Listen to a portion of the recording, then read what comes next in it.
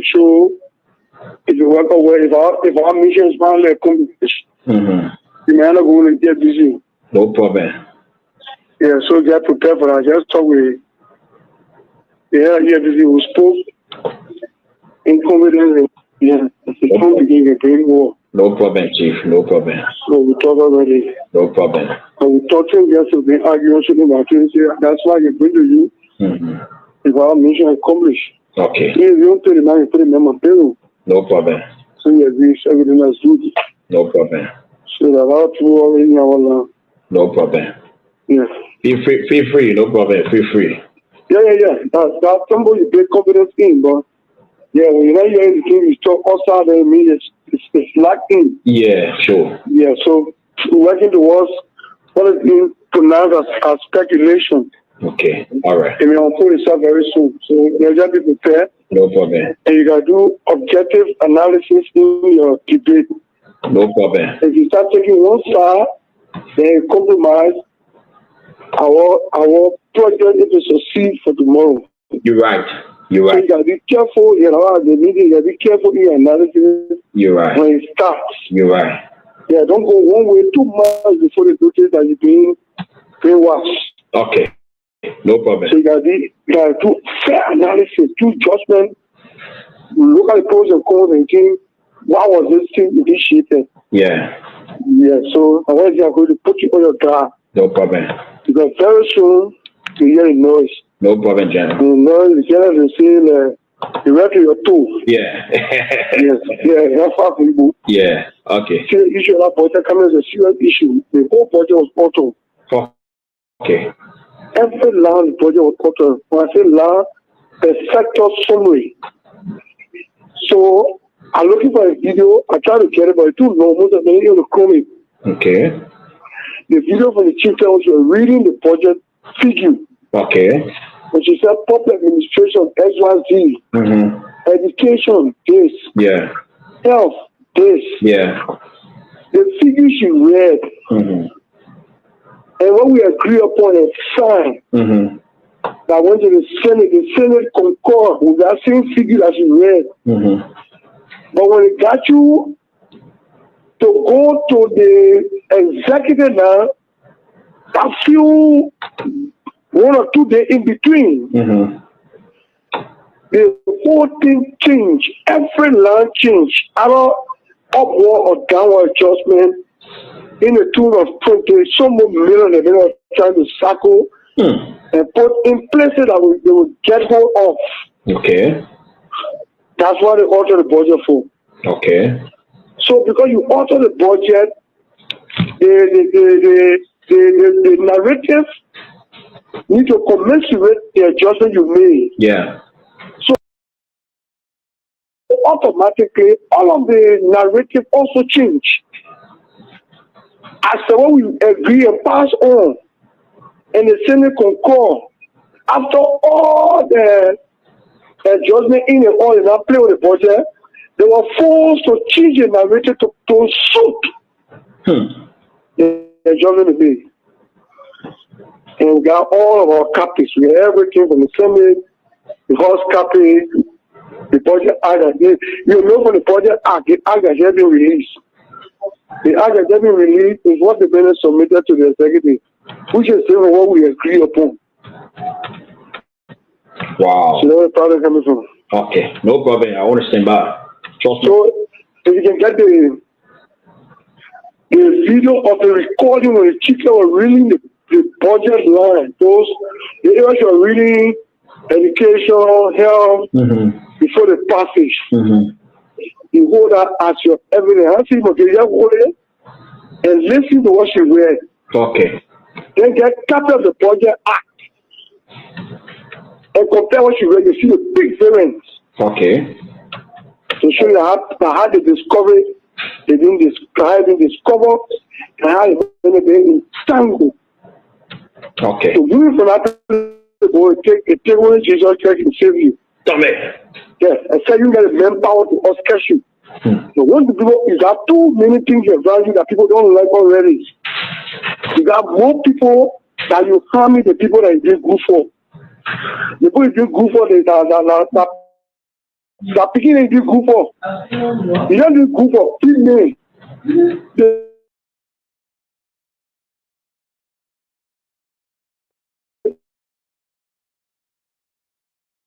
Even then you handle them, but you go picking it.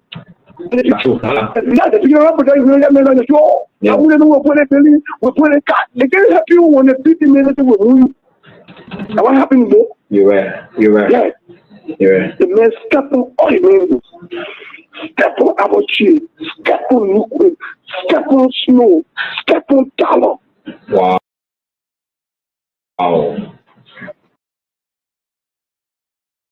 Yes.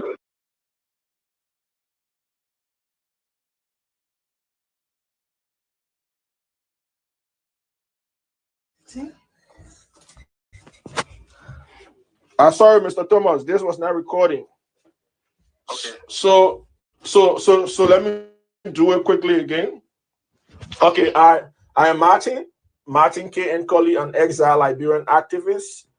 I thought it wise to call you because the Liberian people are concerned about the proper management of their resources. They deserve to know, and we just broke the news of two different cases relative to incidents or allegations of significant corruption at the National Road Fund under the leadership of Madame Josetta Nyenwolo, and you were the engineer consultant on those projects at that time. So the Liberian people who like to know who you are, I will give you the time to introduce yourself. And thanks for allowing me to record these conversations so that the Liberian people can listen for themselves and know the extent to which inherent corruption is undermining the progress, dignity, productivity, and development of their country. So I will give you the opportunity now to introduce yourself before we begin the conversation. And thank you, Martin, for reaching out to me. I'm Titus A. Thomas.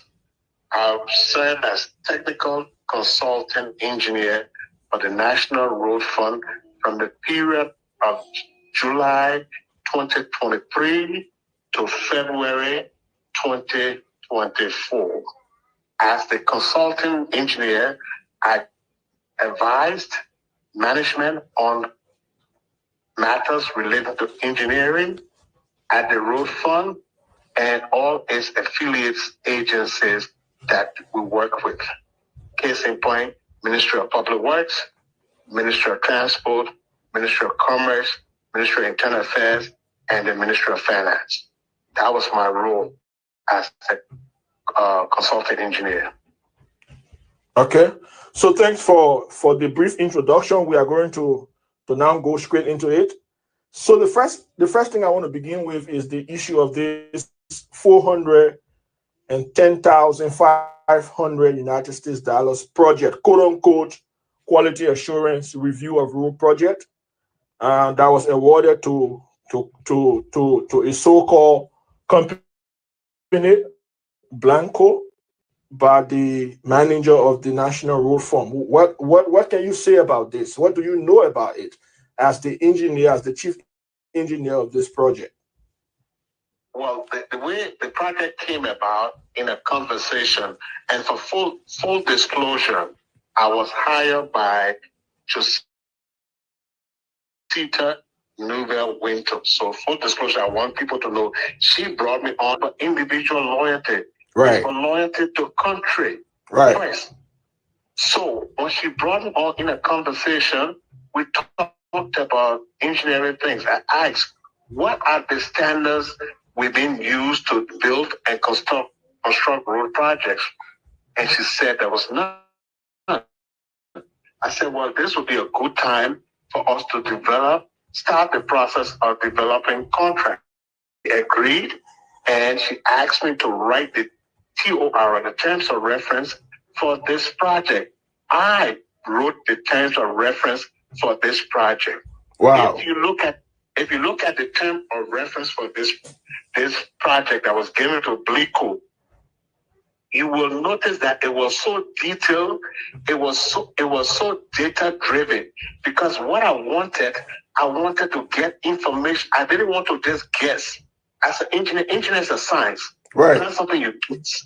So I wanted to get the information. So when I'm making decision on to as relates to standards, I knew what was going on. To do that, we have to look at projects that are being constructed and future projects. So the 2 hour covers a period where all the projects that were funded by the road fund. Remember, the road fund is a funding agency. So all the projects that were funded by the road fund, we're going to review all of that. So not to cut you off, the road fund should actually be a funding agency and not an implementing agency, correct? So we're looking at all the projects that road fund had funded, and ongoing projects. So we're trying to determine which one people got the problems that the government didn't get the project. There's specific projects that we visited, and Mr. Corner, you will be surprised. We were paying money and no work was being done. Case in point, the Medina Kidman Highway. Oh wow! That was the project that really shocked me, to know that we had spent so much money, and when we went there was nothing to show for it. So we pay, so we pay millions of dollars and not.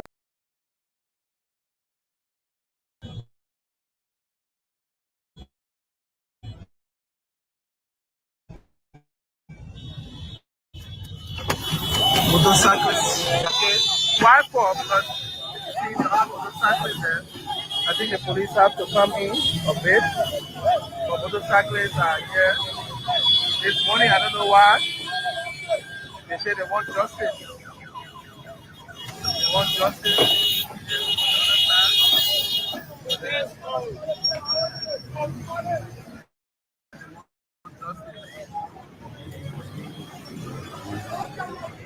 No check on the east to get justice. This was clean the budget attention of the Nigerian National Police.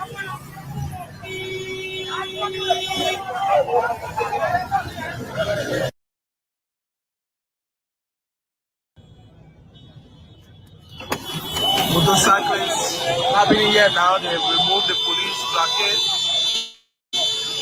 and they are, I don't know why for, because see the other motorcyclists there. I think the police have to come in a bit. But motorcyclists are here. This morning, I don't know why. They say they want justice.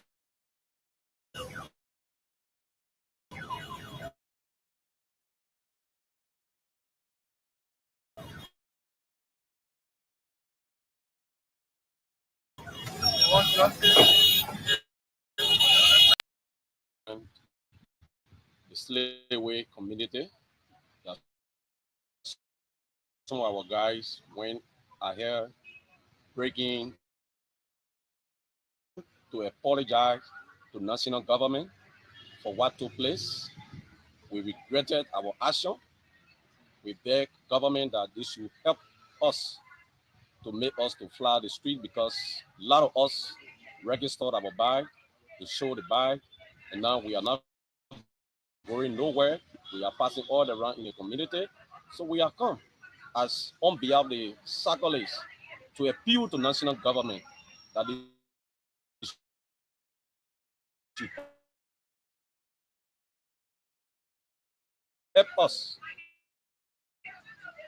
to fly the streets. So are you not part? So where you people run? We run Central Monrovia from Boulevard Junction in time, and all over PV, we can go in town and carry our passenger. So do you think the action taken by some of your colleagues was in a good direction? It was very, very bad. We regret it, because one apple spoiled all the apple.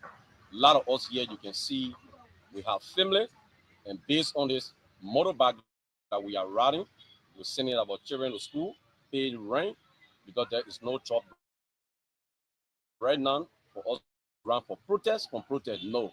We believe in ourselves to look for money, to sustain ourselves and our family. So the action that was done yesterday by our police, that we cannot identify them, it made us that to the RG that they should have mercies on us, that it will never be repeated no more. So since yesterday, what are you hearing from the police? Have you been there, and what are they saying? Yesterday when the accident occurred, the police came out when our friends went ahead breaking it and the officer boot. Some of us we left in town yesterday and then we came home. But soon this morning when we came, everywhere was locked down and the police wouldn't allow us to fly the main streets. So it is what occurred this morning. So because of that, what effect do you have on you, on your life?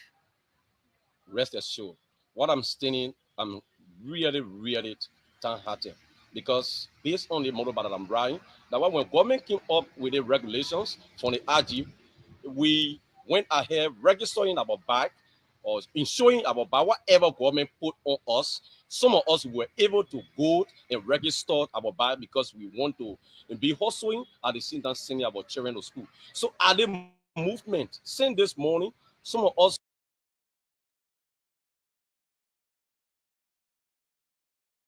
for central government, we have been passed.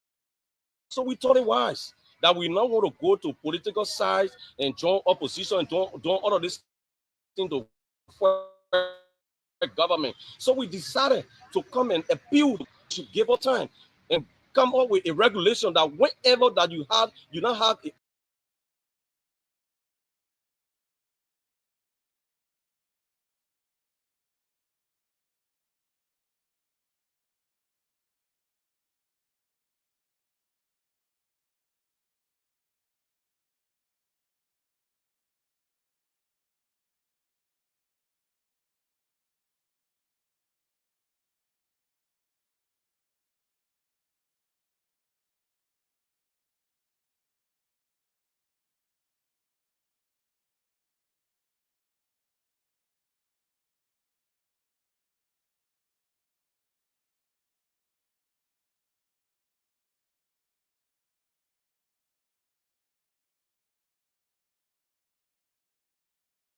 some of our friends don't have a document, and when they are flying the street, that even when you get in a little thing, the guys will fly around. I remember when I was starting Marie yesterday, when the guys pick up to scatter all of these things, the guys in that are so there are people that are not even in reflected jacket. Most of them are not having helmet. We do not know where the group came from and put what the problem. And since this morning, some of us we've been sitting down and we had our children going to school. We got to pay their fees. We got to buy food for them. Now, house rent is on my head. So all of these things it cause chaos to us. I would have family. I would not be brave to insult my friends that when accident occurred, that my fellow friend died, to insult them, to go and do chaos. It is not easy.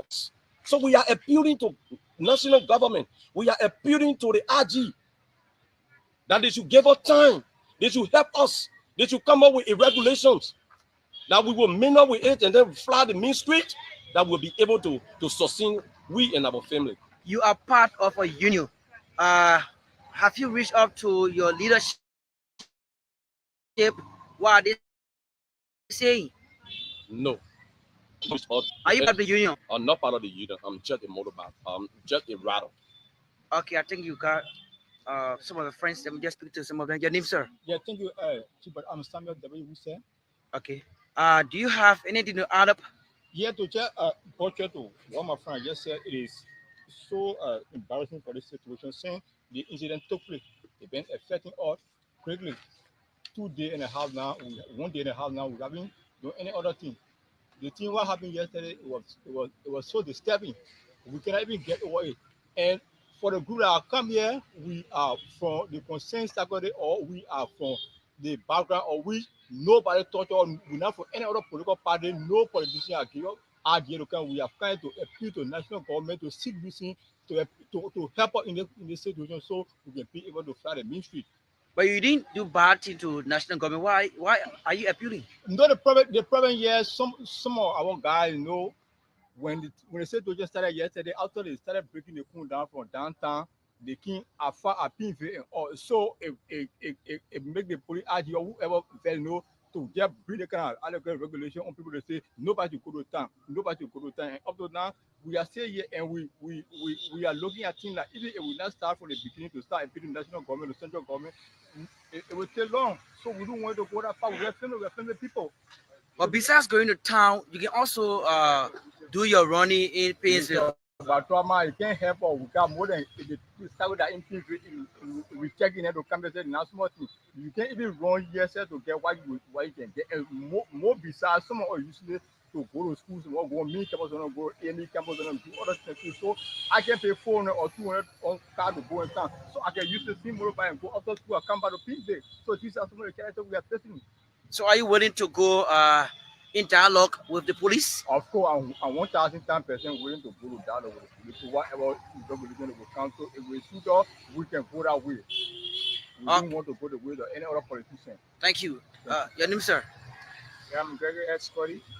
Gregory, you are here this afternoon. Tell us what. I'm so sorry. You know, this time is a busy time. Right now it's very busy.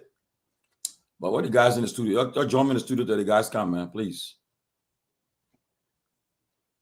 But it's welcome. It's good to be back on the closing argument. Today is Thursday, February 20th, 2025. And we are live on True FM, on Facebook, on YouTube.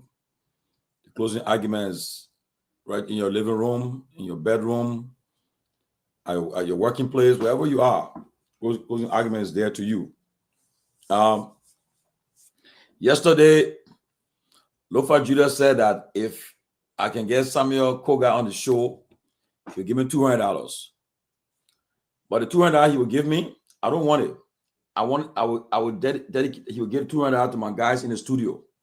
So Ansu, Myean, and Henry, the $200 Lofa Julius will give me, I will give it to you guys. Because I just got off the phone with Samuel Koga, and he'll be our guest tomorrow. I repeat, Representative Koga will be our guest tomorrow on the closing argument. I just got off the phone with him. He has confirmed he'll be our guest on the closing argument tomorrow. Lofa Julius told everybody that he'll give me $200 if Koga can come on the phone, come on the show. So he'll be our guest tomorrow. The $200 he will give me, I will give it to Ansu, Myean, and Henry tomorrow. So guys, what my guys said, man, you're coming to the studio with me to Ansu, yours. Yeah, we come on the show. We're trying to make some adjustment. We come on the show. Wait, you guys on live. You guys come on the show, man. Yeah, we on live. We're already on live on the radio. So Ansu is coming on the TV. We're trying to make adjustments so Ansu can come on the TV. So I want to confirm. But we are live on the radio already. Please join us until my guys can come, man. Please. Yeah. Please can come. So Ansu, can you hear me? Ansu, can you hear me? Can you guys hear me? Yeah, we get it. Perfect. You are clear. Welcome. Perfect. You are clear. Welcome. Should I say what? It's a morning or afternoon now? I can't hear you guys. You can't get us? He says he's not getting us. Hello? You have to check. Are you not getting us? Hello? Yeah, you getting us now? Is it clear? No. Why? So I think we're gonna make some adjustments. Then you guys, I can hear you guys. But anyway, I can hear you guys. Let me welcome Marcus Bonkande Bani, Samuel Mooney Dixon, Say Gonganu, strong supporter of the regime. Are you getting on? Yvonne Davis, she writes from Canada. Of course, Nora Hooks. What's the problem? Awa.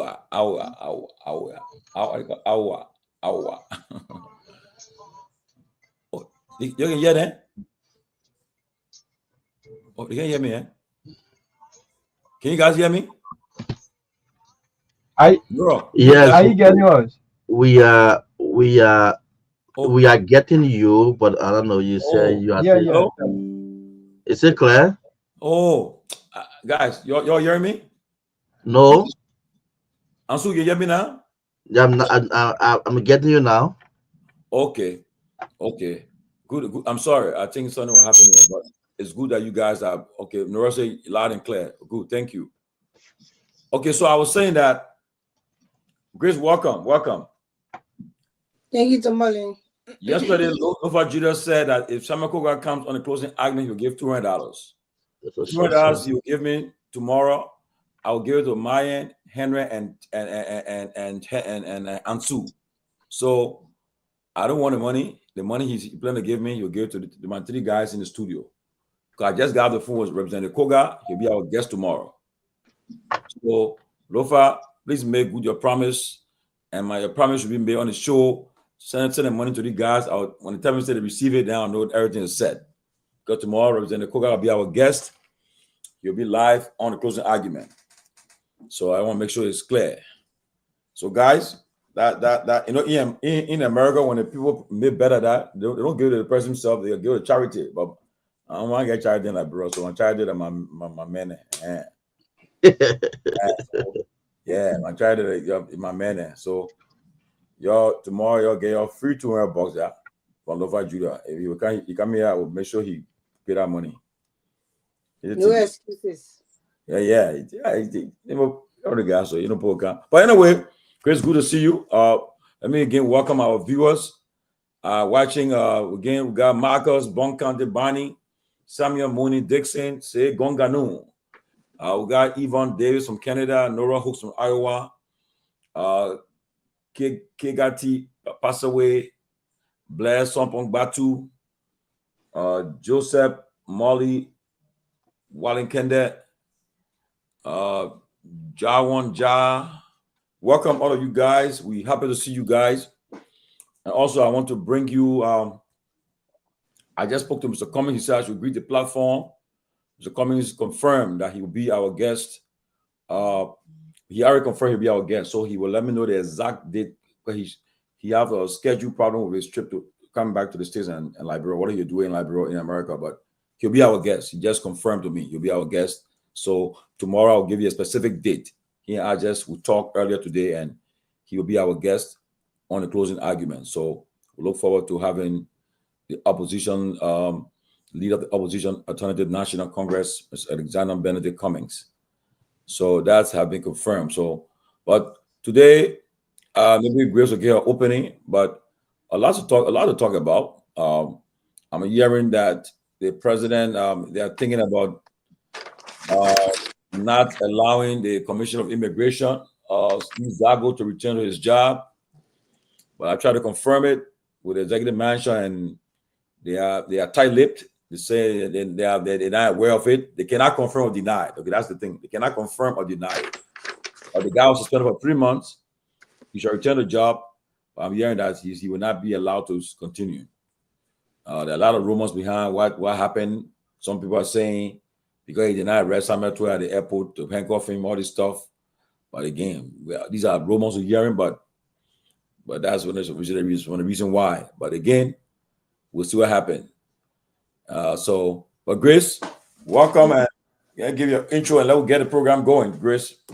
Exactly. Hi guys, my name is Grace Guar, and I am a panelist on the closing argument. It's nice to be here, as you guys know. Always, I would like to say hi to the guys in the studio, Ansu, and the rest of the guys, Henry, and the rest of the boys in the studio. I want to say thank you for always being there for us. I also want to say hi to the people of Liberia.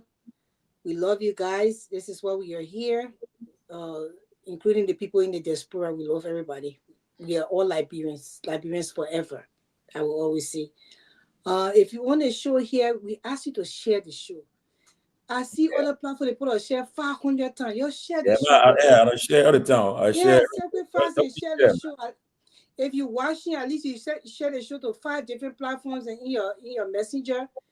then people get to, listen, as you listen, and then you can get views of other people as well. So please do share the show.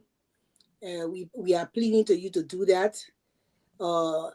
Liberia, every day when we wake up in the morning, we have a lot of information from Liberia, and we have a lot of news. Sometimes we wish it was just positive, but majority of the time it's all negative, news. And then people will say, oh, the people just like to report the negative thing. It's not that.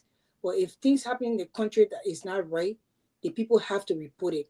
Because at the end of the day, we all want Liberia to be a better place. And this is why we watch these shows. This is why we are on this platform. This is why you are in the comments.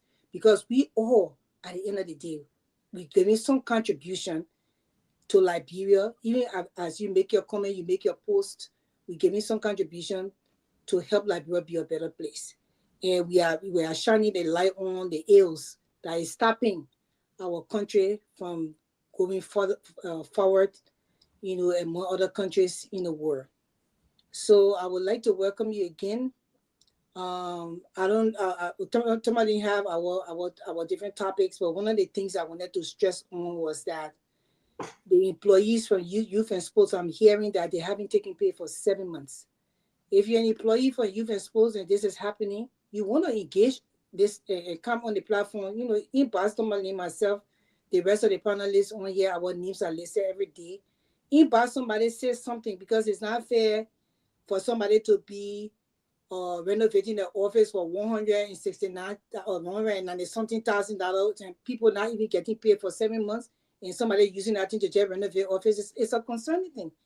And so you want to be a part of the conversation, so we can tell the president and the government of Liberia that you are not getting your pay, because if it's not on air and people not hearing it, they're not going to do anything about it. Trust me. Once it's on air, that's when they do things about it.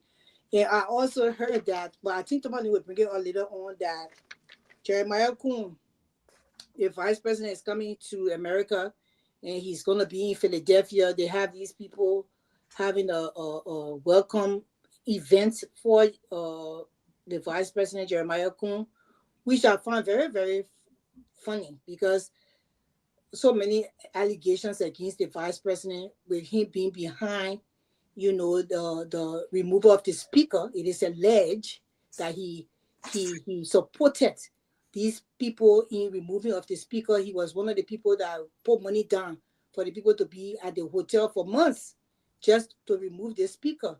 And if you have a vice president in doing that, and this vice president is associated with undermining democracy in the country, and he is undermining a legitimate speaker remover. We're all going through the due process. It is alleged that he's part of that. Why is it that the diaspora Liberians now, who's supposed to be for the law, going to have a program to welcome this man to America, and giving him a publicity, I don't know, it's a publicity stunt they own, but that is so wrong. And then I'm hearing it's alleged also, Tomalin, that through the NEMA Association, they gave $25,000 to the Association of Philadelphia to bring Jeremiah Kuhn and have this lavish program for him. So they are paid. If you're an association in America, you're part of the diaspora. You live in Pennsylvania, and you need to come on the platform to explain yourself, because we're hearing there that you guys took $25,000 to welcome this vice president, and this vice president had a lot of allegations against him. We don't want to welcome him here until whatsoever is to going on in the House of Representatives, although he's over the Senate. But people saying that it's alleged over and over again, I would say, that he's a part of the removal of the speaker. We don't want to tolerate those kind of lawless thing in our country, so we don't welcome people like that and make a publicity about his coming to America. So, and that's, you need to come on this platform to tell us why you took money and using the association. I'm sure that not everybody a part of that association agreeing to what you're doing to bring this vice president into America as he come in, and you're going to do this lavish program for him. We are going to stand against it. So I just wanted to make that clear, and I hope we discuss this further, Tomalin. That's what I'm hearing. But it's nice to be here again. And I hope we have a wonderful show tonight. Thank you, Grace. Thank you. Yes, we'll be discussing the lawmakers' projects in the lawmakers, the vice president proposed visit to the USA, Nimakande by-election, and explosion at Seti Brothers that killed Liberia, and several people got wounded from that explosion, and other issues we'll talk about. But before I go, let me just recognize one of our regular follower, Godwin Wiado. He'll be graduating from the All-State Career Technical Institute in Exington, Pennsylvania on March 21st. He'll be completing his HVAC program as a certified EPA certified HVAC technician. The only Liberian who is studying this program, I think, so far in his class. So big congratulations for Godwin Wiado. He'll be graduating on March 21st from the All-State Career Technical Institute in Exington, Pennsylvania, and as an HVAC program as a certified EPA HVAC technician. Godwin, I want to congratulate you, and we look forward to gracing this occasion if we're around. I hope I'm in Liberia at that time, but if I'm not in Liberia, I would definitely try my best to get there. But it's cool for you, man. I'm proud of you for this, Godwin. Keep it up. But and also Henry T. Jala Jr. Yes. Henry also graduated. Graduation took place to this, And Henry is graduating on the 22nd. So Henry D. Jala. Henry Jala too, also Saturday. And Henry, as part of that $200 Lofa will give us. Yeah, I think if as I say you graduating, you if they get it, $200 you'll give me, you get $100 there, then Ansu and mine will take the 50, will divide 50-50. Lofa will not divide a mile already because the man coming. So and then two. You divide my already. Yeah, already said. So yeah. Well, Henry is graduating from the Courses College of Education. Yes. He has been selected as a graduate candidate earning associate degree in education. Yeah, primary education and primary education will be graduating the 27th. Congratulations, Henry. We are very proud of you. Yes, I'm happy that you reached that academic milestone. That's good. So again, Godwin Wiado from Pennsylvania. I want to congratulate you, and I look forward to meeting you soon. But before we go back to start the show now, let me once more and join Grace to say, please share the show in the various chat rooms you are part of. Share on your personal page, and let's do that. Let's share the show. Let's make it happen. Let me recognize you guys again before we start the show. Marcos Boncante Banning, Samuel Mooney Dixon, Say Gonganu, Yvonne Davis from Canada, Nora Hooks from Iowa, Kegati Passaway, Blair Sompong Batu, Joseph Molly Wallenkende, Jawan Ja, of course, the man Godwin Wiado, Samuel Mooney, okay, I call Samuel already, Diana Curtis from Canada, George Watkins Jr. from District Number 13, Montreal County, Ezekiel Human Johnson from Chicken Soup Factory, Abraham Swan from Chicken Soup Factory, yes, and Abraham Yan Lincoln, he watching from Guinea, wow, and Be Thankful Addison from Columbus, Ohio, Alberto Bolu Kish, okay, yeah, we got Musa Vaduana from Houston. Oh, my sister is Houston. Nice place, just like Liberia. But so let's go. We'll get to the lawmakers and people. They are elected the members of the House for 6 years, the Senate 9 years. That Grace said the other day, we need a constitution amendment, change in the constitution. It's just not realistic. Why are you giving somebody one job for 9 years? Tell me, how much impact they make on the people's lives? They're only there for themselves and reach themselves. You give somebody 9 years as a senator. And then imagine People what they getting? People getting, okay, the budget now, what they got recently, right? From the last budget. Each of them got $100,000 for legislative support project. Then besides that, imagine they are 73, right? Okay. Yes, constituency visits.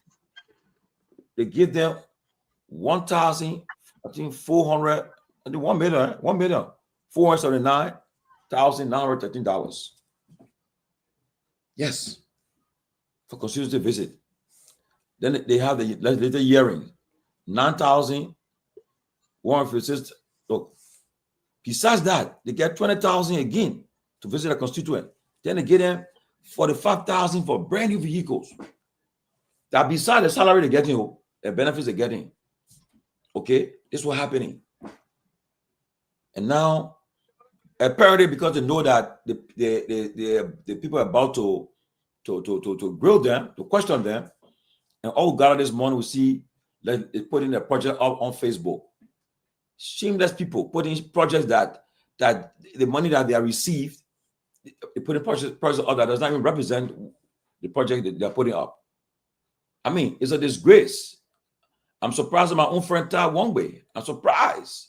And then Todd had the audacity to go against, to show arrogance on his page to defend what he did. It's wrong, guys. Somebody said Todd is expecting better from you because we respected you. You would know that you would have done a good job over there. But with this kind of mediocrity you guys are exhibiting, it's sad. People are just making fun of you guys all day today.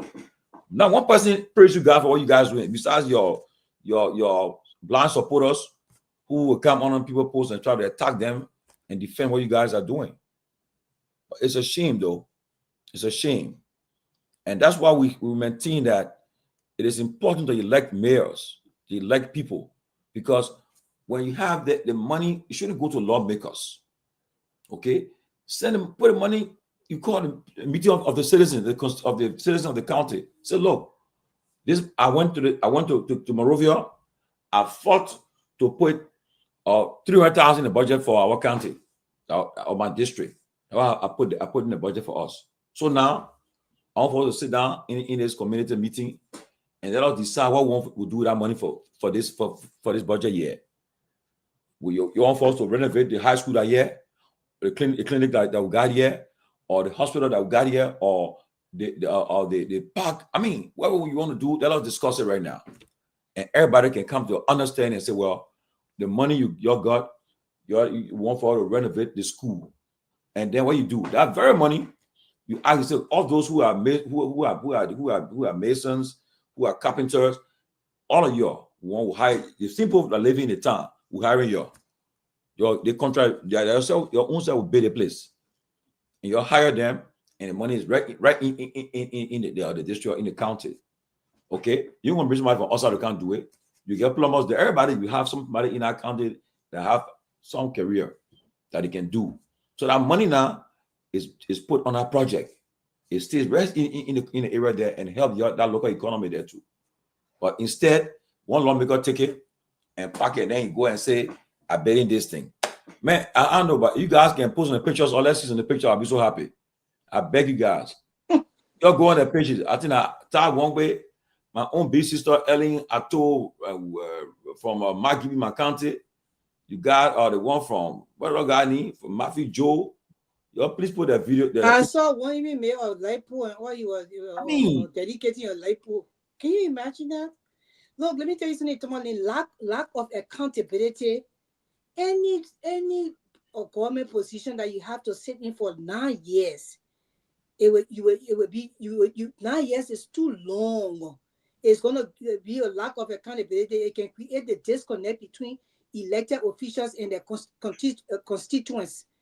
9 years, somebody get in position. After some 3 years, they will even be last at this because they will not even have time to really do what they're supposed to do. Look at the kind of thing that one way there. How you can have a resting place? You say a resting place, no bathroom. So when the old man goes in and when people join, how they will people? no garbage disposal in that area to say when they had to put it there. No kind of electricity around street lights, solar panel street lights. There, they can even use that place and rape girls in that place in the night. Wow. Yeah, this is the place look at our kitchen and then for time to be for and live in America. Look. This is very, very, I got respect for the man, but I swear when I saw this thing, I was like, duh. And then no sitting down on a hot, because it's a hot. No sitting down on it. So when you sit down on that thing, when the sun starts getting hot in that brother, small sweating you swear on there. Just imagine this. This is just too it's too low. Why are you telling our people are they're not good for nothing good? And then your son boy, the boy that got your name on it is so even lavishly made. Then even the place you made for the people to sit down. Then they sit the cement. They go and sit down on that hard seat when they get tired. No, it's just it's not right. If you need help, sometimes you pay for consultancy, my brother. You don't have to pay for consultancy on a regular Monday basis, but you just bring one or two people that you think they know that will help you.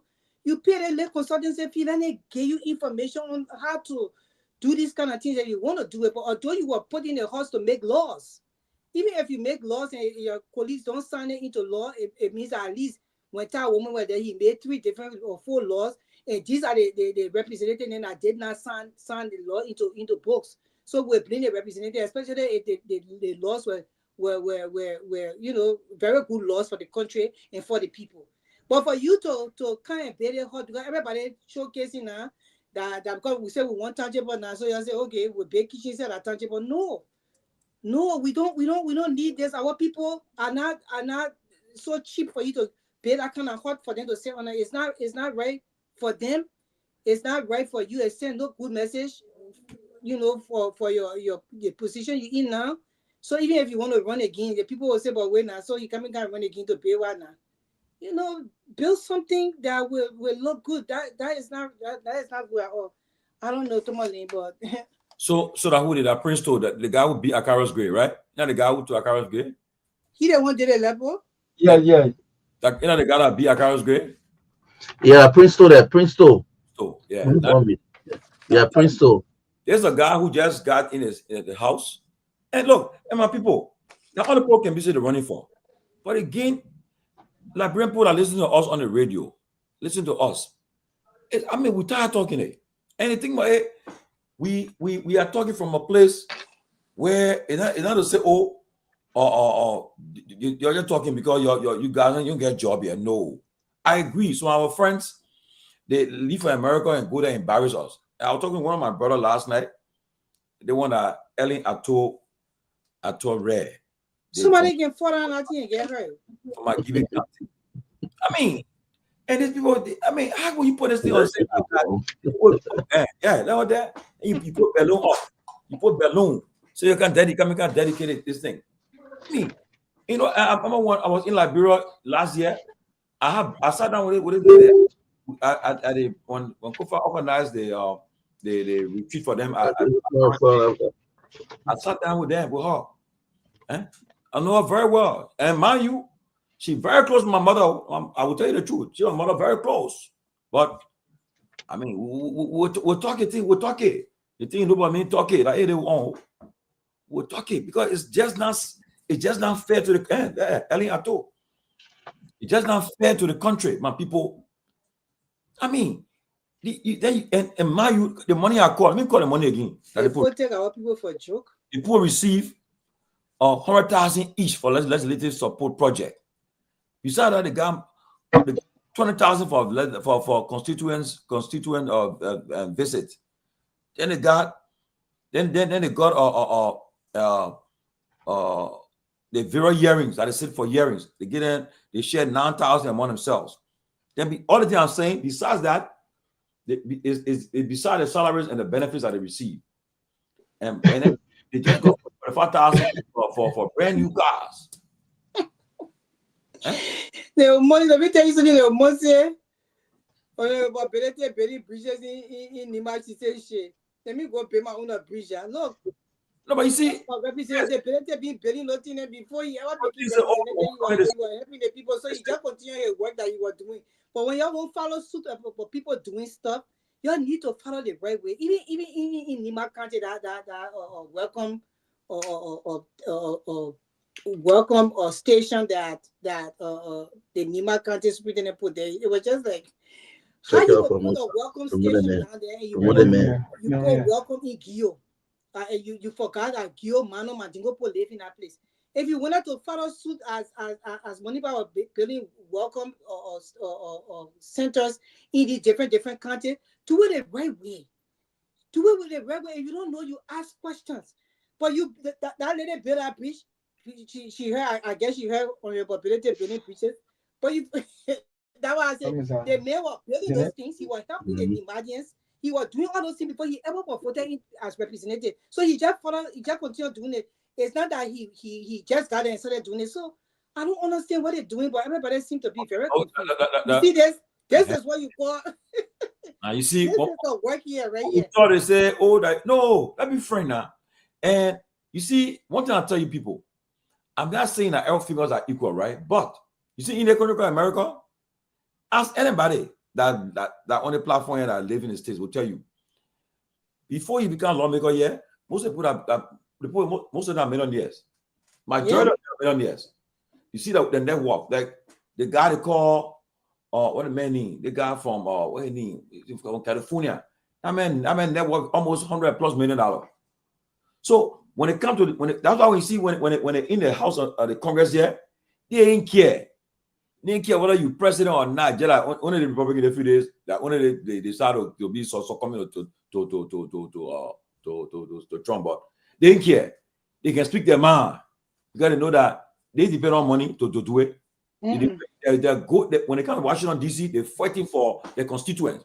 And they just want to serve too. Yes. Yeah, they want to serve. They want to carry this. They carry the money back to the state. But our people, you will see the man. The man gapping already. The man just want to take that position to be like the next how to call it, the next senator who they saw from nowhere came saw the person have changed. Look, he said, look, and good for me. I traveled with Musa. I was in Liberia. I went with him. Me and Ben Sanvee were with him. We went to a place. There was the water. The place was cut off from Sagapie. And for many years, the present president now, President Boaka, he took, I think when you're vibrant, he took one or what do you call the stuff there? What the thing, man? The thing I can, what the thing, man? Sidiki, what the thing? No, what the thing I can transport you to go from one place in the water. What the name? Nakino. What the name of the thing? Hey, man. Ferry. The president now, he carried one old ferry there, right? And the ferry they were using. And they how you work go. You all get on a ferry, then they can't do it. Got the quality at the first. By the time you start, then they walk out, okay, across. And I play what representability. He said no, it will stop today. I thought he wasn't elected yet. He said it will stop today. He stopped that whole thing. And that happens to the people now, they can now use it to go back and forth commercial activities over there. And when he got elected, he continued to do it. Yeah. And besides that, the man hired 35% extra to say, he said 35% extra he hired for his office, district office, and for the office in Monrovia. When I went to Liberia, and y'all go to Liberia, y'all should visit him. Y'all visit him. Once he's not in session, y'all visit him. Got there, man, he came on session. He said, y'all bring the food I eat. Right on the table. We put the food there, we ate the red bread there. They started and eat it too. He ain't stop eat together. You see? I mean, cool. You know? So when you want to, and lawmakers were voted in to make laws and make sure they stand and represent the people in whichever aspect at the time they're supposed to represent the people. Now, if you want to do, you got the funding to take back to your district, You can decide to do something with the funding. But for you to be doing the things you're doing, it just shows that you have no respect for the country. You have no respect for your people. Who go build that kind of bridge with that kind of that wooden thing that can just one woman girl and I think she slip and fall down and never walk again? And how you would feel?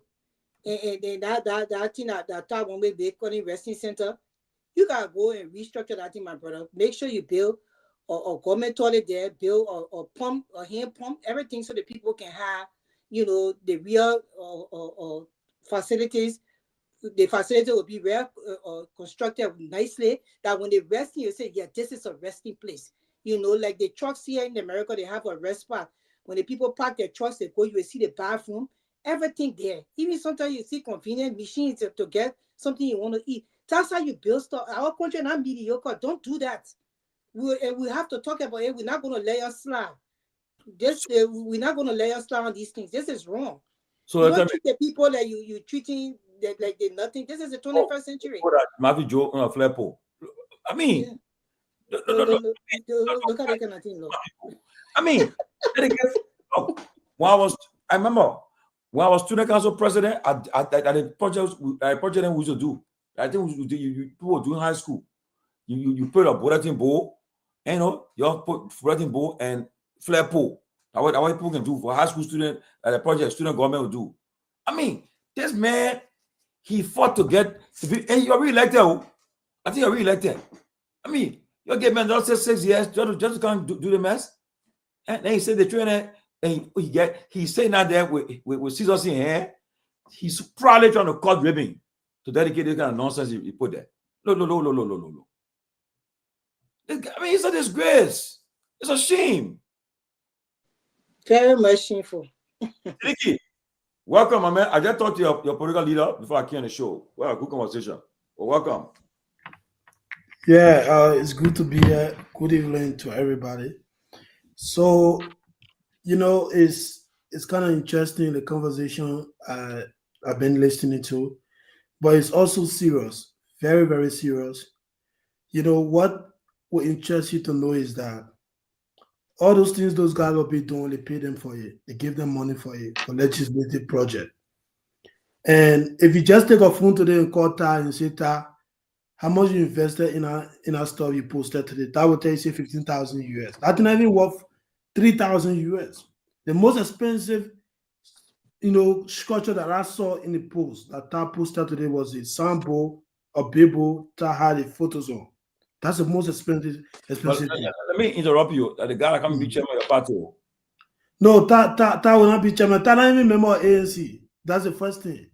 Ta resigned from the ANC when he went to the CPP convention in Nima, and then he lost the primary. Ta came up and started attacking Mr. Cummins.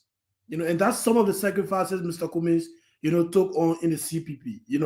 Ta is not a member of ANC. We said this in the back. If Ta want to run for the chairmanship, let him come and rejoin the party and how they call it. Ta was one of the guys who criticized Mr. Cummins. So how can you come now and say you want to be chairman of ANC? You're not ANC member. So it's not. I didn't do that discussion, but Sidiki, I was in LeBron when the day that Gu got appointed acting chairman. Ta was there that day, right? Where? The president anything too? Of course, I will send you some of the president project. I will send it to you, but let me just make my point. Ta not going to be chairman, brother Tomalin. Don't hear you on that. We have other people who already step up to oppose Gu chairmanship. In the next one more or so, we'll be having a convention either in Lofa or Nimba. So Ta not even running. So that's just the clarity I wanted to make. So now, the particular one for the president of the project. Yeah, it's Joseph Burger project. I think he was just walking and stuff. I think the president. No. So you saw the one. You saw the one you were dedicating when you were VP. The hemp when you were dedicating in Lofa. So the one when you're president, I don't want here. They want a president picture here. Yeah, this one is recent. I was saying the one you dedicated when you were VP. That dedication, I think you were just looking at something, but I don't think that dedication. Yeah, so, but even before Sidiki, I want to say something about how I will be even talking about that. Senator, you think I will be senator for like 18 years now? the woman was passing around during the Christmas holiday, giving the poor 2 cups of rice in the bag. I mean, come on now. What did people take our people to be? So the people, these are the people that vote in the power. So this is, go ahead, Asidiki. Yeah, so as I was saying, they pay those guys for these things. You know, they give them money to go and do a project in our district, identify something good that the people are lacking of. You know, you saw the library, this guy from Canada, Leo constructed in Pinsville. Yeah. You know, this is what you call project. Leo is not a government official. And the photo you see here is Barrow Brown. At least this guy is even trying. So I don't even know why people mocking this guy. Our man, yeah, Barrow. Barrow is not getting any money from government. He's doing this. Wait, please, Nick. Fall back, right? Fall back. Fall back position, yes. Fall back position. Yeah, Barrow. I mean, there's a people I mean in government. Yeah, he's not in government. So, so at least this is reasonable because everything he's doing here is from his pocket, you see. It's just charity, Yeah, the likes of TAR and other people project that people been posting today, they've been paid to do that. And the sad thing about it is that the Liberian people money is what they take to give them, you know, this trash. And then these same people that say that they don't say anything. And then when you as a private citizen, when you come up and talk, then they ask you what you not do. The people you elected, the people that are being paid with your money, they do some of those projects, you call it project, you celebrate it. You don't question them. You don't ask them that, look, we don't deserve this. You embrace it, you celebrate it as if to say it as something good. But people who don't eat your money, they are not being paid with your tax, your taxes you pay to the government, nothing at all. You hold them with some high level of standard. Then the people you pay, and then you just leave them. You know, that's the unfortunate part of it. But I'm glad that, you know, Liberians, both home and abroad, especially in the diaspora, you know, people been back today about that project in Poster, and even the rest of the other project, you know, that look at the flare put out a guy saying he was dedicated in Green Bassa. You know, some of those things you can even do in the back. You don't have to post on social media. I mean, but they do these things, you know, the fact that they can get the courage and come on Facebook and post some of those things, it just tells you the kind of society we have. And so it's very unfortunate, but at the end of the day, no accountability. The money they give them to do project, they don't account for it. They just go and do 1 or 2 substandard project, and then the rest of the money they put in their pocket. You know, and then they pay them every month at the same time. So it's very sad. I just hope Liberians can start to kind of look at what this guy posted this evening. Afadiga. I don't know if you saw that post. No. The guy said for the past 24 hours, you know, LEC have been stable in my community. JMB is facing in the country. Can you imagine that? I mean, because LEC is stable in your community for 24 hours. And so you want to grade that or allude that to Joseph Baka? LEC should be in the country for forever and ever, as you can imagine. So not because LEC is stable for 24 hours, and then you give the credit to the government or the president. Again, at the end of the day, Liberian people, you know, they are the same people who go and listen to these people and celebrate them. So it's just unfortunate. It's very, very unfortunate. That's what I want to say. Very sad. I'm telling you, it's sad. And again, welcome, Sarah. Good to have you.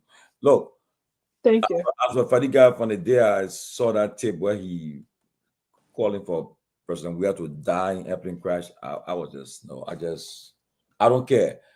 Your worst enemy, I will not wish such a thing on somebody. Yeah, I cannot do that. You know, and that's something that it will come out of hunting tomorrow. These things will come out of hunting tomorrow. You guys have witnessed in America, just that because they're in control. But had the Democrat been in control of the Senate, the guy would have confirmed FBI boss today, he wouldn't have gotten confirmed. That Gilbert leader wouldn't have gotten confirmed. The defense minister wouldn't have gotten confirmed. The health minister wouldn't have gotten confirmed because their past comments hunted them. But because they're in control of the Senate, that's why they passed. But they hunted them. They would not have been in a serious cabinet. That's why the cabinet, you see, the Trump guy is now a serious cabinet. So, but on a serious note, it's a disgrace. Okay, it's a disgrace for people to take the kind of money the people are playing with. I repeat again, they got $100,000 for legislative support project. Then they give them for constituency visit. I think they got 1,479. I think $1 billion for all of them, right? Shared amongst the 23 of them. Then for the hearings, 9,000. Then besides that, each of them receive 20,000 to visit a constituent. That besides the salary and the benefits. Then all that, they get everything together, get 45,000 for a brand new car. And tell me, the first man thing or the woman thing they put the same sample they could give you NTR. So I will the man getting hold it. I'm more when we to like brought with Spoon 2022. They were more Botokan and Shajakan elected. So they allowed to enter the Senate chamber. We got there. She had a better day. Tight. As you got a woman who a bed tight. It'll say smile until the money for a bed. Tight. That woman that people are fighting to put it over for women for women rights. That woman. Can you imagine? But she I made about a week about under I see a serial woman running. I will not just jump to the plate with that female car. And you will be right. Yeah. You will be very right because they have not shown none of them, most of them, they're not proving the people votes. It's a shame, and people, that Dwight Popo said, everyone needs to slam them for it. If your friend, you slam them. You guys should not compromise with them. You call them out, and he's a people that we know. All people you put a picture, I know them beside Prince 2 and Matthew Joe. I know the rest of the people, I know them personally. That's why you slam them. It's wrong. You don't treat the people like this. That money will do a lot for the people. Look, the people have become beggars in their own country. They have become beggars. Look, you go to Liberia around the Oro era, around about 6 o'clock at night. You think in one of the areas there, like I know back in the day when in Nigeria they call them on Victoria Islands. They are showered there, see them in the corner there in the night. How you see that bro turning into hustling, they're struggling, struggling because there's no jobs, no kind of safety nets for them. Our lawmakers them back to this money. But look, the Minister of Finance, he finally confessed. He said the usage suspension is having an effect on them. And they can slash, they got to cut down. They can't let this. You can't let them cut it down.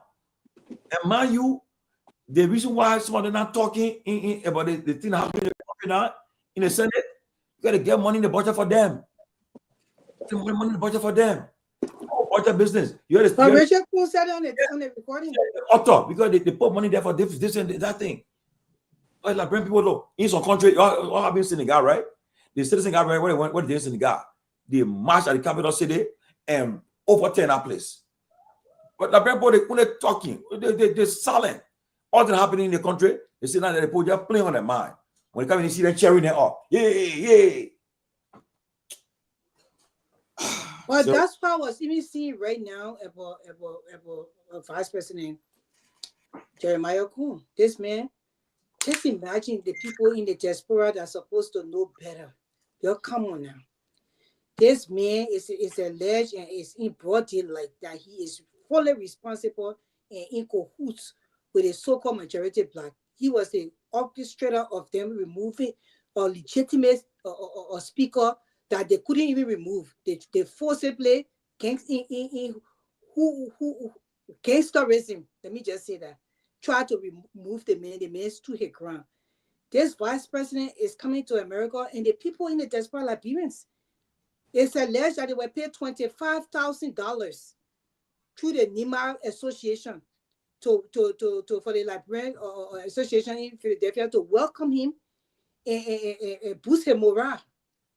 You know, for his so-called presidency thing that he's going to do in 2029. I don't know what the plans are, but that's what. So they need to come here and say this because if this man stood up with people that are against the law and the executive are working with those people, why you should bring him here to welcome him in America?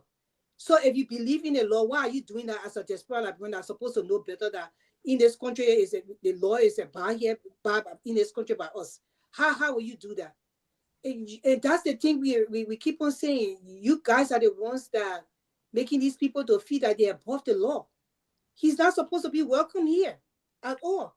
Because if he's behind the removal of the voted speaker for the House and all the things are happening in the legislature, in the HOR, the House of Representatives, with all they breaking people's cars and breaking their office. So he's part of that.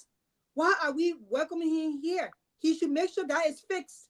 They should fix that before they come here for Liberians to welcome them in this country, and accept them and applaud them as leaders of the country. You can't leave our country in chaos and you come and then people sit down here and clap for you because they paid $25,000 for them to have the program for you. You better stop. We're coming to red against that program. We know what we'll do behind the scenes. Yeah. Look at that. Yeah, you want to say, Sarah? Yeah, I mean, like, I was we'll get on that. I was second topic. Oh, God. So we're down, and I will share some light on the about what happened in Pennsylvania years ago. I just want to say something, Tomalin. Go ahead on this. Yeah. For the project. Thank you guys so much for the show, and thank you for having me on. You guys are talking about the legislature, and to tell you the truth, that is really one of our big problems. That legislature, that is our problem. The legislature is our problem, because the legislature is supposed to be a body that will check and checkmate the executive, but they are actually our problem. So if Liberian people are really serious, they need to focus on our legislature. They need to focus on them. You have lawmakers who are giving their constituents chicken change, poo-poo fence. See the projects. Does that represent something like even some of them are even in Liberia that were living here? Can they even give that to anybody here? Can they? You will present a project or to your constituents and it doesn't represent anything? Really? And you expect these people to get in the sun to go and vote for you again in the next time around? These people are our problem. These legislatures that our people put in office all the time, they are our problem. And until our Liberian people can really, get conscientized to know that these people are the real problem and go after them, we will continue to talk here for the rest of our lives. These people are the problem. Look at all of these different amounts that they receive. Look at the kind of money they receive, the benefits. And you have hospitals that don't even have drugs. You have schools that don't have chairs. You have our people living in darkness. Okay? All of those cuts from these people can go towards our people and better their lives. But as we are talking now, somebody under the comment section cussing us out. Of course, and saying a whole bunch of stuff to Sarah, us. I have a question for you, Sidiki and Tomalin. So Jeremiah Kun was the head of Ways and Means Committee in the Senate, or was he the head of Ways Means Committee in the House of Representatives? When he was deputy in the House of Representatives. In the House. Exactly. So there was an audit that was supposed to take place in that for those past years. So yes. We wonder now, why are they behind this speaker here? This is deep. I was saying about what caused all the speaker remove, where it came from. But the moment Fonadi Kufa talking about audit, that's where his downfall came from. The moment he talked about auditing the House, that's where they started plotting. And mind you, Fonadi Kufa himself had his own issues. So if he was willing to go through all of that to let the people audit the House, that means he was sincere. Let it come out, even if I'm, culpable or whoever it is, let the Liberian people know what's going on. That's when they started plotting against him. But my thing is that even if they did not want him, majority carried the rule, we agree. Go through the proper procedure. Due process, number one. After that, if the speaker say he resigned, vote the other speaker in the right way. You cannot silence one block and then you just rush and vote a speaker in. Apparently, they cannot get a number. Apparently, they honestly cannot get a number. The other speaker who against that that because he just tell the poor, you break down the person car. The greed for power got a man so he's so greedy for power until he don't even know the so power. I want to know who was he referring to in the video when he said the author, who was there he was referring to? Because remember in the leaked audio, he talked about how they got their copies. That means they had already reviewed the budget and everything. So at what point was that alteration done? when it went to the executive branch again, then it came back when it allowed on the clerks that where clerk will be brave to do it. Oh wow. Look, let me tell you something. Look, you know, because when you don't have the physical evidence, sometimes you want to just call that name because they will say, oh, you are, but on a serious note, if you guys can only know that in the budget, everybody, you see the leaders, the senators in there, you think that you know them. They don't want the guy that share in the budget. They have the cost there, have the cost in the budget. And look, I remember when we were president, one guy would tell me, one former lawmaker would tell me how to operate. The guy said, when that budget get over there, whoever the deputy minister, that the person if he's chairing or heading an institution, you submit your budget is $2 million for the year. The mayor will tell you, say, you got government get it, the budget is based on what government can get. So the projection. So when the revenue comes in and say, look, we just for the quarter, we raised about $5 million. So we prioritize your institution. I giving you $300,000 for your as part of your budget, right? I'm giving to you. What's up? Yes. That one when they go for this hearing, when they call for hearing on the budget, they defend it because the lawmakers saying, oh no, so we'll put in money in that place for you, for us. When that thing pass, when the budget pass, don't forget us. Yes. Yeah. All kind of code you can use. So the whole system is rotten. So it's a gang of it's a group of it's stealing chain. It's a we compare notes. We go to the upper room. We go to discuss this thing that the code the people use. Look, people, the project we'll get the project the people put up today. See, they give the project, man. Send it to let me see. Send the project to me, right? The pictures there. The project that the guys did. The project that they put up today. So they want to say that a bridge. They want to say that. Yeah. Water pump and all of that. Oh, we did. Our Basel group, we call Nyenwolo. Our Basel group. I say you want to hear on your WhatsApp. Oh, check it out. Because also money they can get for legislative project that that's all. Yes. So what we did, right? We because when the women in the interior, if they come to do the vaccination for the children, or let's say on Friday, you gotta start leaving your village on Wednesday. You gotta walk. See pregnant women are walking, people on their back, they're walking to meet us so they get a vaccination. So they walk a line to go. And so what we did, we call it halfway homes. We build them so that when you come in, they say Friday the vaccination day, pick you from the village and bring you guys there. So they get your food and you're relaxed. So at the time the vaccination will come, you'll go for your vaccination and you'll take your children back. You start walking for 2 days, 1.5 days. That's what people do. But the man say the babe have home for the people to sit down and rest. Then he's saying today, he say, well, when I play finish, y'all be I simply using y'all be kind of busy, y'all want to use the bathroom there and do stuff there. Damage control.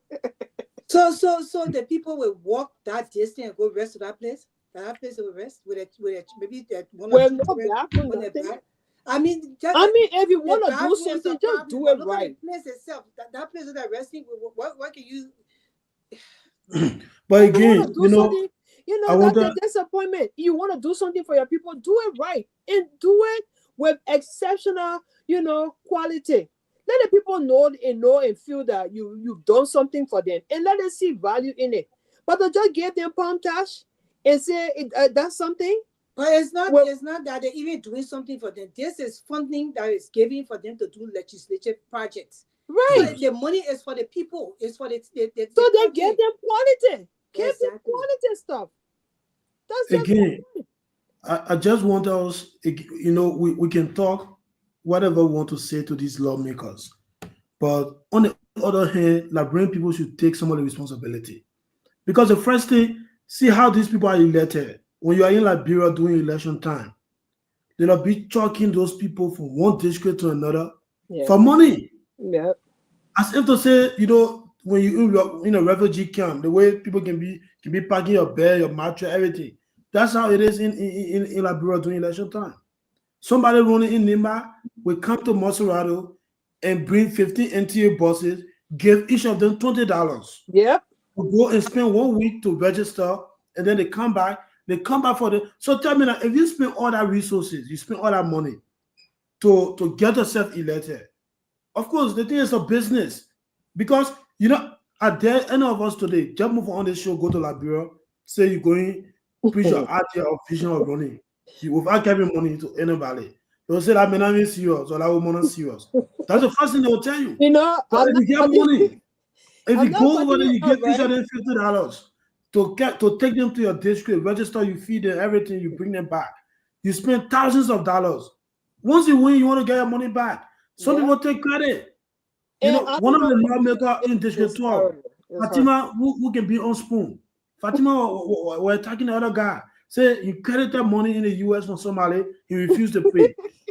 You see? So someone had to go and take credit to come invest in the election. So when they win, they have to pay those people that money back. So obviously, the legislative project money they'll give them, they'll go build something, funny and just give it to the people. And then the rest of the money they want to pay that debt. So in essence, they are actually not representing the actual voters of that constituency. Because but the voters themselves, people from different places will come to vote in that community, then that whoever won that election is not an actual representation of that community. Of course. That was happening. And the first thing, why would I leave my district to go to somebody else's district to go vote? When every day after election, my own lawmaker. Somebody they talk to that lawmaker, but they can't even vote for that lawmaker. They can't even vote in a district.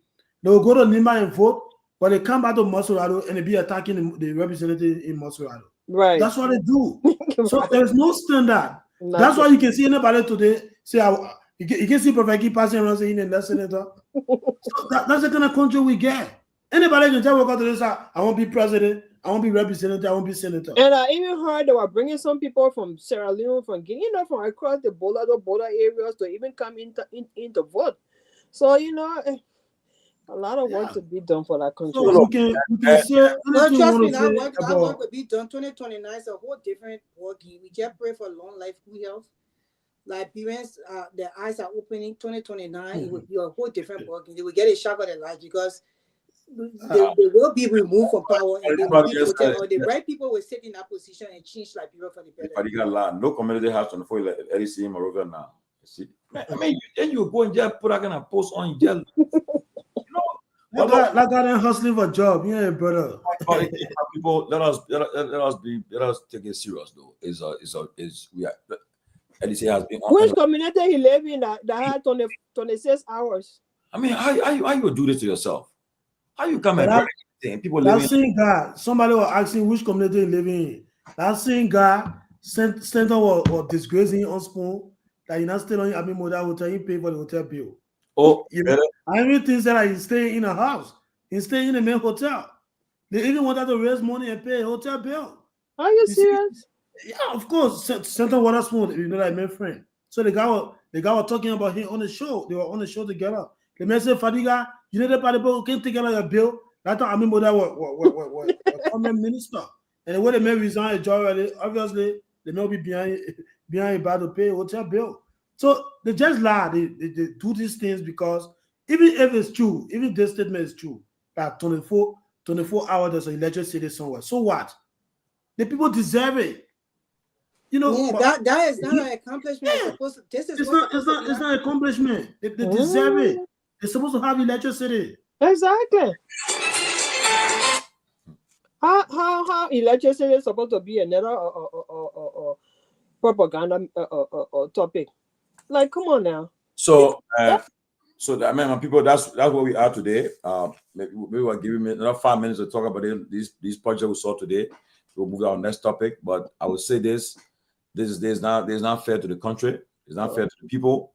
And again, sometimes you get sorry for the people too, because our people will get sorry because whether it's lack of knowledge, but or what you don't know, but it's and that's why it's important that you educate the population. If people are educated, they'll know better. They'll know better because they'll know that you can't fool them. I mean, our children here, my kids are following the election in America. When Trump says, they say, "Daddy, he didn't say that." Oh my God, the children will tell you. That's why I say the next and Trump smart. Trump say, "Hey, you born your children here, when you illegal, that child not citizen, because they know that most of the time that child, when that child becomes citizen, that child is already citizen according to the 14th Amendment, right? That means that child that's another vote for somebody that don't share some of your conservative views. Views. I think the judge not saying it's not going to happen. The judge not put a block on it, say it's not happening. Whether the person parent illegal, they can't have the person was born American soil, the person is citizen. So now that one Supreme Court. You can't get that one. You can't get it. But again, all we need to do educate our people. And like, are you from you, right? I'll talk myself, my family. The last election, my mother, everybody for UP. All of them.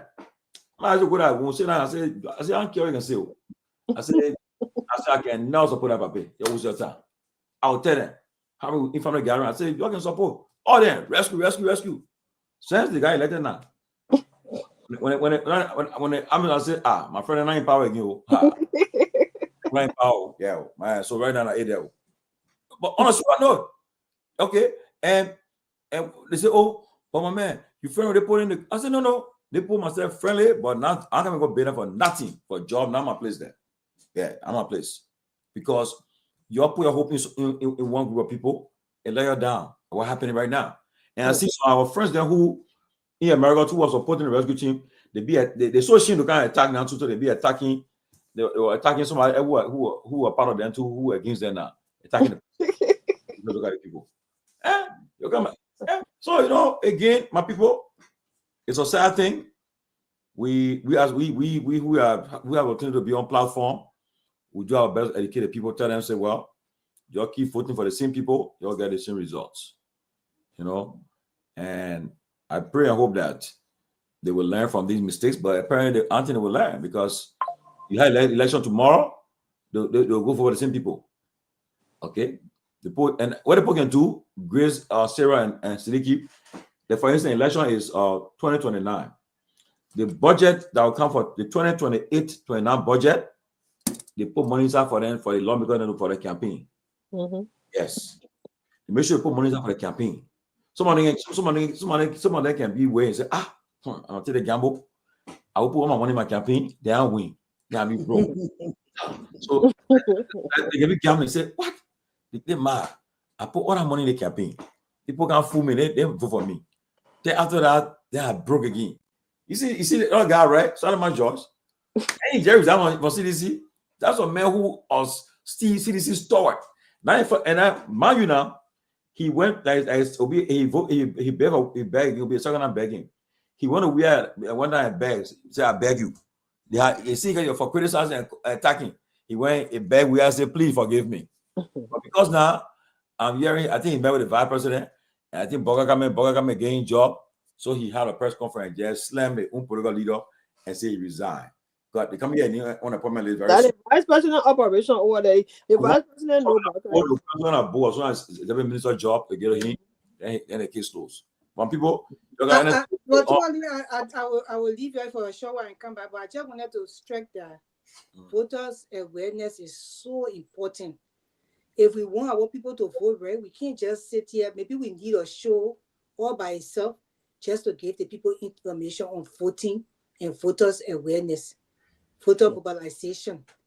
They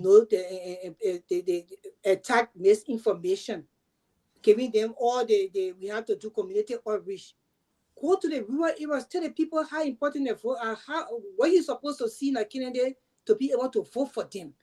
Don't depend on hemming up, because the people will get you the hemming up, and then after the election, they will forget you for another 6 years. Get the information, let people to have access to information. Maybe we can have a program and put it in the dialects, the different languages, dialects in Liberia, voter awareness education programs. But what we need are sure that we really give people voter awareness, and it has to be consistent. Maybe it can start in 2027, letting the people know information, educating them, telling them what to look for in the candidate and how they will fool you and bring residents. Your right to take the resident, eat it, but you don't have to vote for them, because now you got the education, the information. This is our civic responsibility. We sit here and we're talking about what's going on in the country, but if we don't give the people the tools on what to do when it comes to putting people in, then it's a waste of our time. I couldn't agree with you more, and that's the reality. We got to do it. Yeah, I mean, it's true. What she said is true. At the same time, too, there's a downside to it in that what do you do with the people that are trucking? The whole system just have to be, we rise. What do you do with people that are trucking? People that come from other places that go over. First of all, you should not even allow yourself to be used like that. You should not allow yourself to be. Your vote is your right. You should not allow for somebody to give you $20 to take you from where you live and take you to another community to go and vote for somebody else. That person gonna be working for their community, and now you leave your own community to go vote for somebody else in another community. How does that benefit you? The $20 you get, you will eat it today, tomorrow, and finish. It's sad though. It's very sad. It's I sad. a job person to come back, but there should be a mechanism in place for that trucking, my dear. There should be a law in place. That's why the Constitution. There's a law. There's a law there. No, but the people are supposed to make sure the laws work. No, but when it comes to voter registration, you have a choice of your free will. You're a free citizen to decide where you want to register to vote. Exactly, but the trucking that they want, we talk. Yeah, but you know what people can do? That's where you can start. You see, now say, okay, time for voter registration. That when if you're running now, you got money, so you don't happy. My goal now is to get people to so go register to vote in my area running. So I can take you, I pay your way, I give you money, I truck you to go register to vote. I two ways well. You get a person to register to vote, you pay the way to go there, you take them there, you feed them. Then from there, after you have done it, the person they got a voter registration, the voter ID card now. So now, next one day now, you gotta carry them back. Yeah. So the thing is a whole business. It's a whole business in the country there. I just want some of you to be on ground. Brother Tomalin been here, and that's why he's speaking like this, because you have seen it firsthand. It's a whole business in the country. Everywhere you go doing voter registration time, you will see people, parking, waiting for NTA buses or truck for them to get into it. And then the place they will go, that person feeling renting some apartment, and the money they may paying. Yeah. You see, the people there, they're getting food to eat. They may will do it until all of them register. They may pay the bus again to bring them back to town, to that district. Time for election of voting. So how can we tackle that? How can we tackle that voter registration? The thing is, you will talk. I hear Grace talking about, education. You will talk for now to Judgment Day. Do you see people when they vote for them? You know what they do? They turn it back to them. They don't come back to them. They don't engage them until after 3 years. When election coming closer, they come back. And then when they coming back, they too they fail with the people. They say, you know what? Say you not come back to, or we're not coming listen to no free talk. Okay, you get our money. So they think that's how it works. Because they fair, they say, you know what? Say we elect other people, they're not coming back to us. So the election time, at the time we so yeah, we no money to because when they win, will not come back to us. So maybe in order to curb the vexation, is that they give thank you. They must give to them. They're not thinking about the 6 years. They don't get time for that. But at that moment, they vex. So like, why would you and I go down and go talk to them? They'll say, you know what? We don't want free talk. All of them they sing. Yeah, I mean I think central government should find a way to. Central government should devise a way to tackle that problem. It's just it's impossible, Sarah. It can be tackled. You will talk. I'm running for. I want to run for in Magibi in District 2. I'll run there, right? And so my target is the voters. So now I know that the place maybe I got some area I got people very popular there. I mean I'm popular in that area. And the person I'm going for, right? I come and say, baby Sarah, you popular in Annansville area. You grew up there, and then you say, well, Tomalin, go in that area there. Most of the people are there. I paying a school fee. I do for them. Your father being a man, you're registered in the area. The man, you're registered to vote for the man. And what they do, they get in the truck, in the bus, they take me there. They register to vote. I pay them everything. They come back. Then you doing a whole election campaign period. I keeping eyes on my people. I got my list. Eyes on you. My campaign manager, they all part of the process too. So now, on election day, come to election day, I start maybe 2 weeks before election. I start having some meetings with my people. And the minute I got in charge now, I take you and carry you to where I'm running here. When we get there now on election day, that where we go, and then your vote, I transfer your bag. It can, who can be affected? If you're running on a party ticket, can affect that party. Because if the party going for a runoff election, so now I took people to go register to vote. The runoff down, I can get some people to go vote again. Because I want the only person you can vote from. Right. So Right. yeah, you won't vote. So suppose it happen, I win, I care again, man. I win. Or I finish winning, so I really don't care. So the problem is it's hard. We still you care. Now, in some people getting invested, if I know, I would not. I saw people who I know who they were saying me. I'm going to register for you guys. What job we are? You say I will go register institution for the because what you doing we are. Yeah, I will register to vote for him. How can you get all our votes? Not people on digital. I voted for him there. Most of them know because they will enjoy him, and you see most of the people will enjoy him because we are attacking. We are calling, we are calling him dog, we are everything, enjoying it in there. So they want to register to vote for him. Right. They get him back. Welcome. I mean, our country just has so much problem until you don't know where to start from. It's just I don't know. So much problem. Pale Orita read too. I agree with you, but my dear, how can we stop? Sarah asked a question. It had to stop because the people. I mean, even you pass law. They see people that are supposed to stop it, and they see people that control the system. You can't tell the man say don't. Then you impede on the man's rights as a citizen. If I live in Dubo Road and I decide I want to go register to vote, then for me, I want to register to vote in Habel because where my place, my Gibi, where I was born in Habel, I want to register to vote there. Myself, when I went to register to vote, I went to Clarendon because that's where my parents had a house. So that's where I went to register to vote because that's where I grew up. There was Ben Sanvee growing my balance, but because he was late to register to vote, he ended up going to Saget to go register in Nimba. But don't you think the address system can change that? Like if all the horses, because if you have an address system where people know you have your address, you live at that place. If you were taken to another community to vote, they're supposed to verify the address and do not allow you to vote because you don't live in that community. Yeah, but Sarah, people can move now. You see, and like for instance, okay, if you're living in let's say you started January living in Abu Dhabi, but by June you move in Reading, Pennsylvania. Yeah, but if you move 1 month at a time, then you have to vote. So I was going to speak to that effect. Yeah, but the thing is that, like I said, for Liberia, it's hard. There's no address system. You know, address system number 2. You can't tell the man say don't. You can't restrict the man movement. The man said me. But you can't restrict the movement, but you can restrict where they vote, especially if they just moved to that area. They have to go back to where they were living to vote.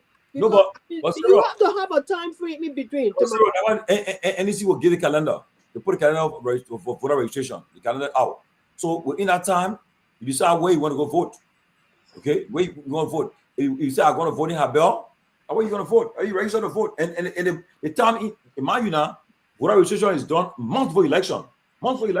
Yeah, yes. but if your address will show where you live, where you live. There's nothing saying. No zoning. It's true. No zoning. Yeah. We do have zoning. It's not implemented at all. So yeah, when you say no zoning, he's right technically by saying no zoning, but we do have zoning law in Liberia. So let me just speak to this effect, right?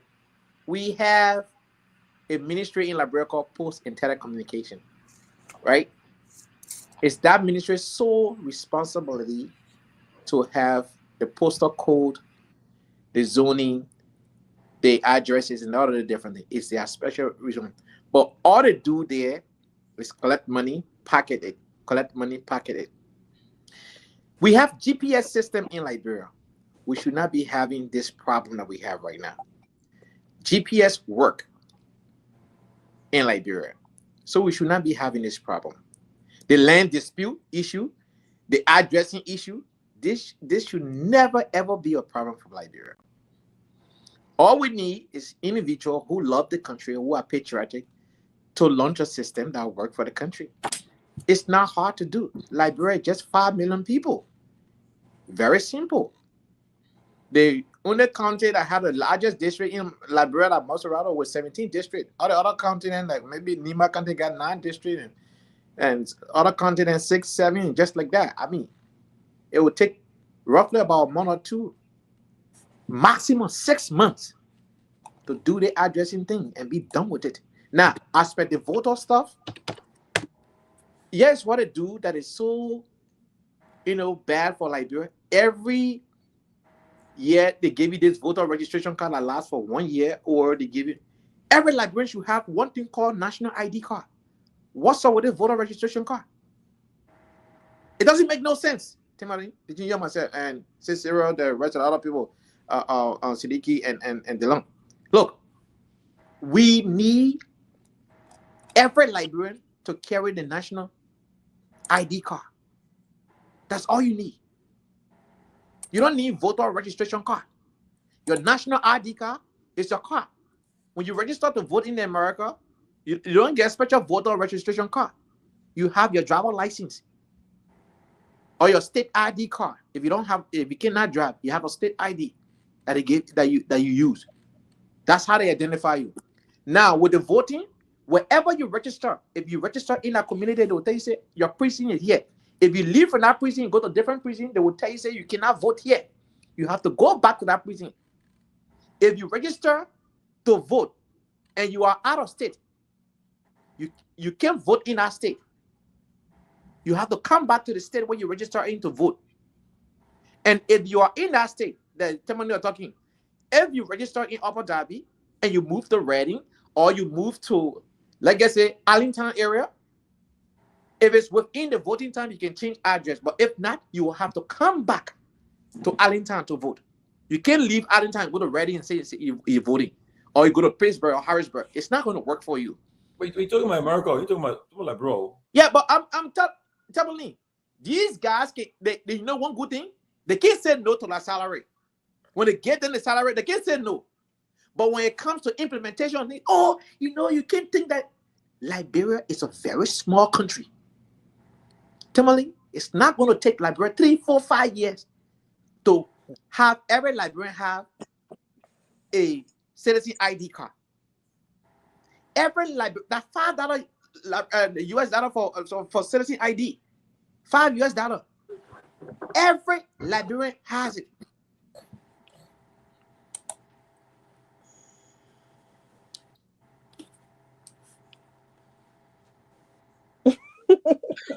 Yeah, the zoning, I think I misspoke. The zoning, not posting telecommunicator was article. I misspoke on the zoning. Thank you for correcting me. But I know the posting telecommunication is clubbed with the responsibility of addressing.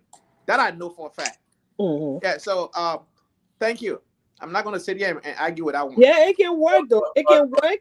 It can work. But Timothy, be close with this, right? In Liberia, things can happen. We saw our dear brother from Canada, Leo Johnson, right? And Leo put Empowerment Square in Liberia. He saw a library in Canada that moving. That same kind of library right now is in Liberia. What didn't change it? Nothing changed it. These things can work. Our problem there, we don't want to try. We don't want to try and take that step. We love the money the office is giving us. The position is giving us. We love it. The problem there, most people don't like to follow instruction, don't like to follow protocol. You want to go to the bank, you call our bank teller, hey, I'll be there at 10 o'clock. Oh, when you can't get see the security, go straight to the security and walk away. The security get our money by to get our cut. That's it. They don't want to stay in line. That's it, though. They don't want to say, oh, my man, I think that in America you can do it. But when they come here, they can stay in line. Mm-hmm. So, do we have Liberian professionals here that are working and following all the rules and regulations? Yes. Take the same professional back. By the time they hit RIA, that's it. All that respect for the rule of law, they trash it. It's true. True. So the only way this thing will happen, Timothy, unless people start being held accountable. That's the only way. If not, we're not going to go anywhere. The other countries that are doing it, are they better than us? Africa has zoning system. Africa has addresses.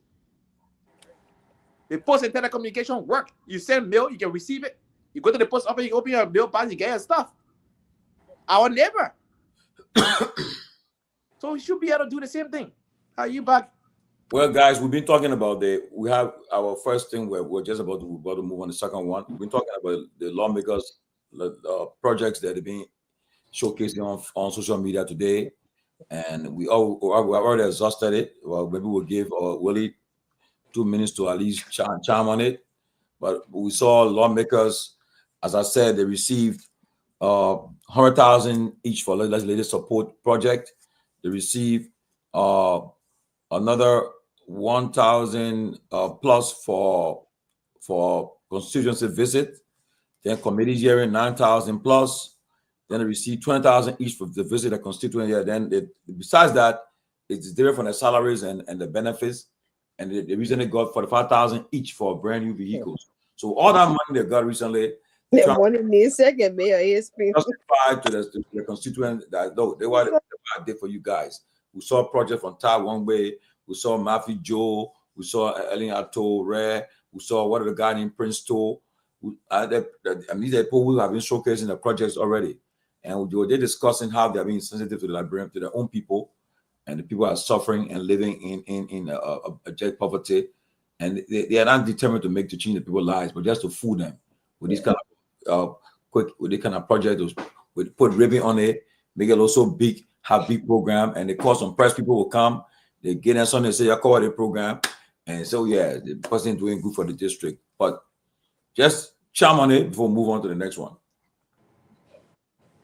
Yes. So anyway, thank you for having me on the show today. Yes, I did come across some of those projects that were displayed online today, and I'll have to say that it's showing that our country is starting to normalize mediocrity. You know, the leadership in the country is presenting mediocrity to our people. And the people are starting to see those things and almost feel like, you know, those things are good. Those things are okay. Where in reality, in order to move our country forward, we need more than that.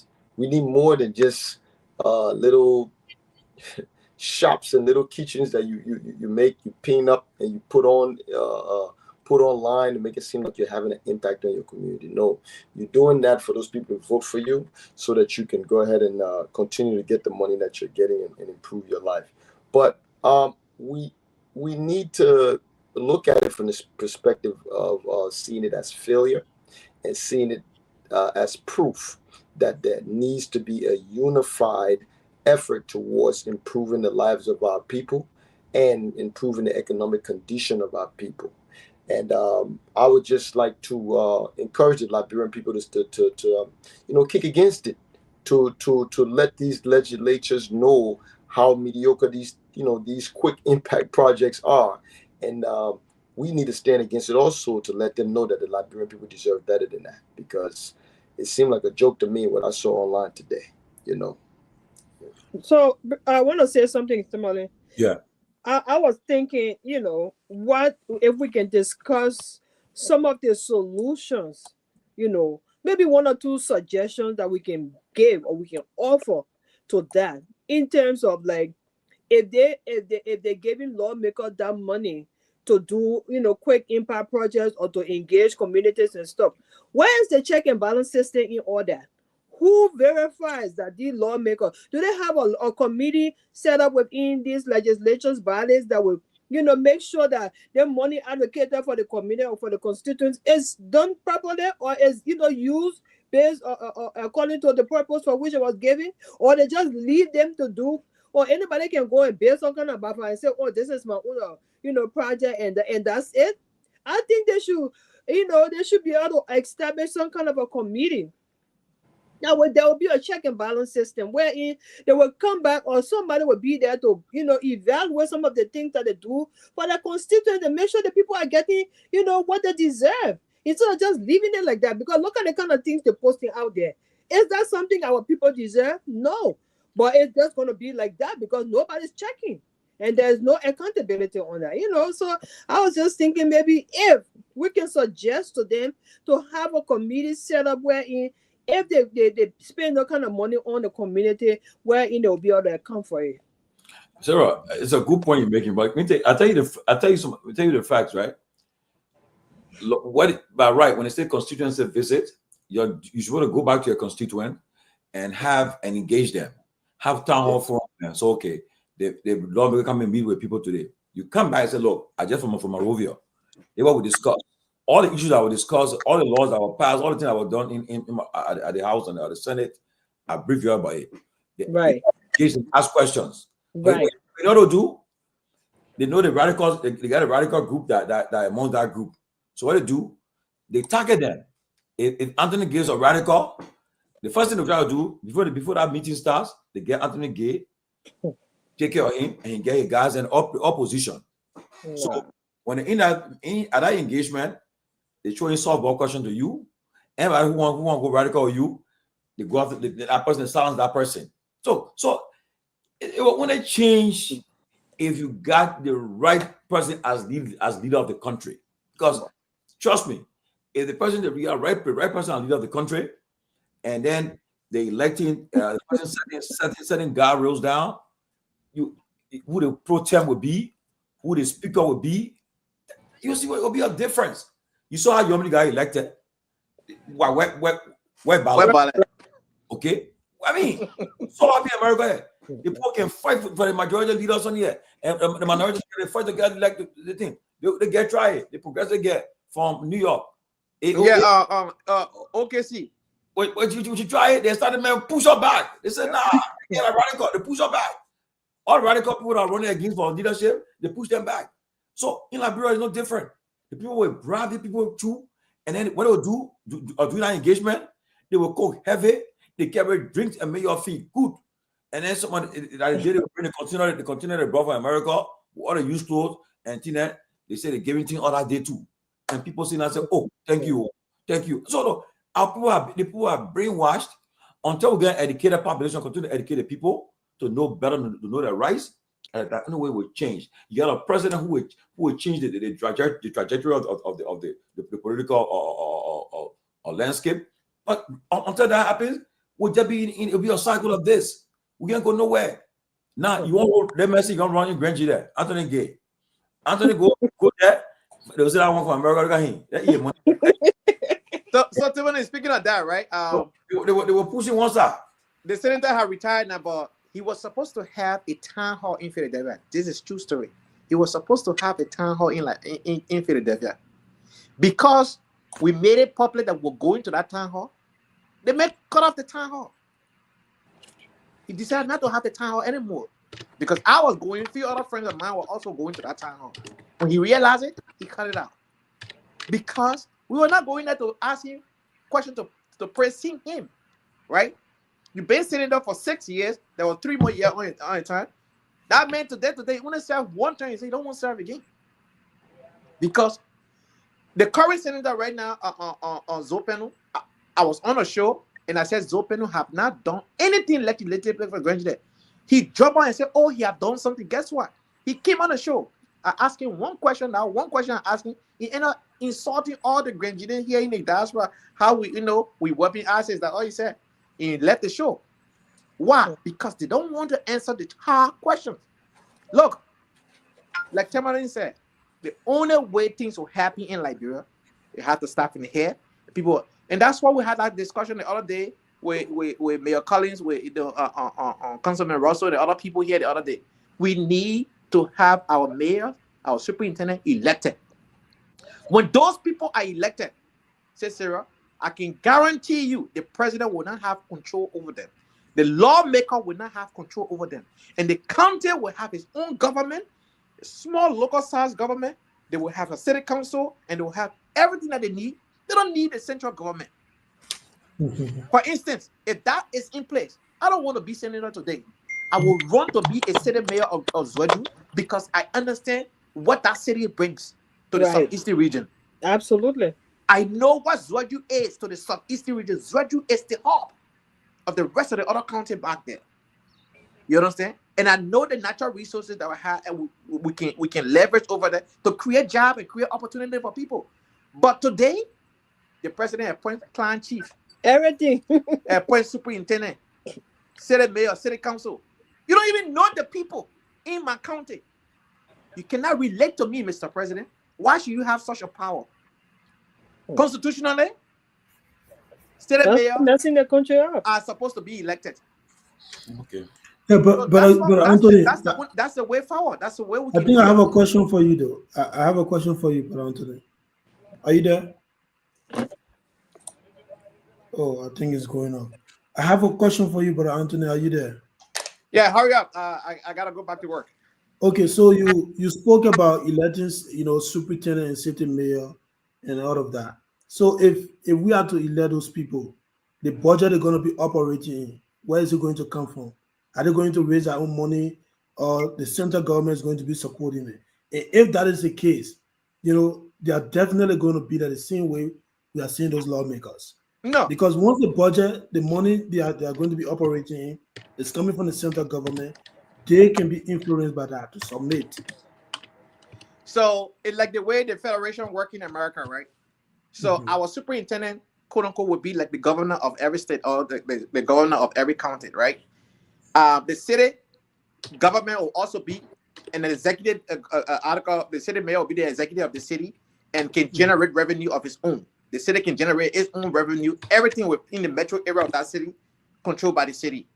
The superintendent does not control that part. It's the outskirts of the city and the rest of the county that the superintendent control, right? So the way they will function is that they will give, I think, in the act that created outline the percentage. I don't want to give number here but the way the federation work here, each state generates own money here, right? Even though the federal government sponsors some state, but some states generate more money than other states. For instance, the state of New York generates more money than Arkansas, than Kentucky, than Wyoming. Those small states, right? New York. Some county will generate more money compared to the other county, but some of that money will be given to the national government or the central government. In percentage, they will not take all of the money there. For instance, if I lobby to bring a company to Zwedru, and the company is operating in Zwedru, let's say this is an agriculture company, and we're generating article enough rice, cocoa, coffee, and other different things. We're not taking 100% of our revenue to give to the central article administration. If we put a toll booth in Grand Jide County that you enter Grand Jide, exit in Grand Jide, and we're collecting that money to rebuild the road, we're not giving all the money to the central government. We can give you 10% of that money or maximum 15% of that money. You try that system in Liberia, brother. I hear you mention about different states in the US. People don't pay taxes in Liberia, so I don't even know how you're going to raise money. People don't pay taxes because they don't have jobs. If you create the avenue that investors come and create, now if you talk about job people creation, will pay taxes. You don't have a job creation. It will also postpone that issue of trying to elect city mayors. No. We can elect city mayor would take away the too much control that one person has. Look at the president. Look at the kind of power one man has in the country. Well, let me progress. Well, we had the mayors. Yeah, sorry. The city asking that question, but I gotta go, guys. Okay, they have city ordinances that you pay and you pay tax on and so forth. So they can raise their own money. They have various things they can tax people to pay in the city. You raise money and so forth. It's left for you as a mayor to go and make things happen for yourself. I think it's about time that our country try to do something different. I think what he suggested is it's true, something. But like I said, it will only happen if you got the right people in the right places. But right now, you can't get out of the people that you got right now. Like the guy, you see, Abu Kamarana, Liz is a Liberian agency for community empowerment. Okay, but the guy who had Liz right now, that's a guy who was in class together in Firestone. Just Ali. He's a Liz director right now. Okay, you see, Joe Pepsi had he has that job now. Now, Liz, they work with the lawmakers. Them, they work together. Corrupt. So tell me, if there's one last Liz or auditor, who would talk? So Abu, one last Liz or auditor. Come on, auditor. Don't talk about Liz here. Don't look. Let's make progress, man. Look, let's make progress, my dear. Abu, just to. I'll give Robert Garguah maybe 1 minute to wait on this project before we move on. Saying he's just coming. Because I saw Robert Garguah post today about that project. So I said, let him wait on this because he took it to a man. Good. Robert, welcome, man. We'll move on next topic when you came. So Thank we're you. Thank you. on this project from the lawmakers now. Thank you. It's great to be back on again. Welcome to everyone. Hello to everyone. Siliki, Sarah, Willie, my good brother Tomalin. Listen, I was following the conversation about this whole project thing. Let me say this: we need to change. Few things I want to say. I think I need more than just 1 minute, Tomalin. Please. The first thing I want to say is that we can't just change leaders, Tomalin. We have to change mindset. And if we are going to change leaders, then we've got to make sure that those leaders understand what it takes to help change mindsets, right? That's one. Two, in the process of changing mindsets as a country, we've got to adapt to doing things the right way and not the Liberian way. There is nothing wrong with us being unique, but there is something terribly wrong with us being mentally unique, in the sense that everything that is done, that everything that's supposed to be done the right way, right? We found a way around it in Liberia to do it our way. And when we do it our way, we basically shortchange what the people really deserves, and that is when it comes to quality healthcare, when it comes to great roads. The reason why some of our roads always need redevelopment after 6 months of doing rainy season is because we didn't do it the right way to begin with, right? When it comes to every single thing in Liberia that matters, when it comes to infrastructure development, we got to do it the right way. Three, we got to have a certain level, certain standards. We got to have certain standards about us as a country, and these standards must be across the board. What I saw happen today, and it doesn't matter if you like what I say. I'm not here for you to like what I say. I'm here to speak my truth, and the audience can decide whether I'm on the right side or on the wrong side. But what we've seen today, Tomalin, the level of backlash that I've seen given to the kind of spanking that Todd Womack got today because of what he posted, I've never seen it in a long time. Not only with elected official, but just appointed official. The kind of expectation that is set, I think there's this level of disparity in certain standards and how certain people must uphold these standards. Now, it's not a bad thing if you looked at it from a positive perspective. It's not bad. It's not bad that they will set certain standards on certain people. I would be damned to even share anything close to mediocrity if I was given the opportunity to serve Liberia, because I'm going to get toast. Todd Womack got toasted today, right? But you know what? This is just the inception of his project. Maybe he should have waited, right? Maybe it was prematurely announced. But we don't care about whether or not this guy just started. He only gave you a portion of the project. Now, we can all argue, and we must all admit to ourselves, is that what I would call a resting area? No, absolutely not. But did we expect Todd Womack to build a state-of-the-art resting area in that space? I need to put some rooms, some beds. You know what I'm saying? Like we know what a resting area is, and I'm sure Todd Womack knows very well what it looks like.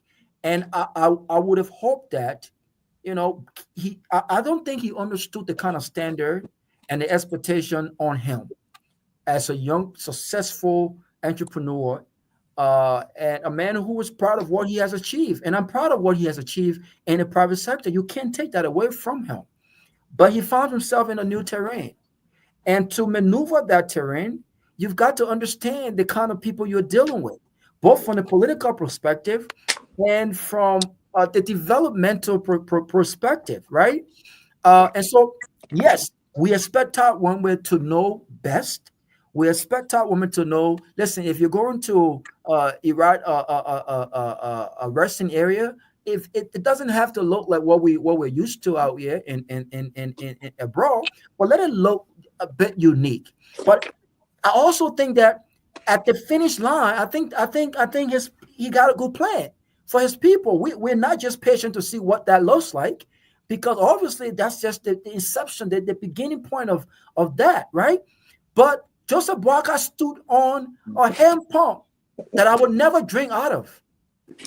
He stood on that hand pump without smiles. They took pictures of that hand pump during the campaign.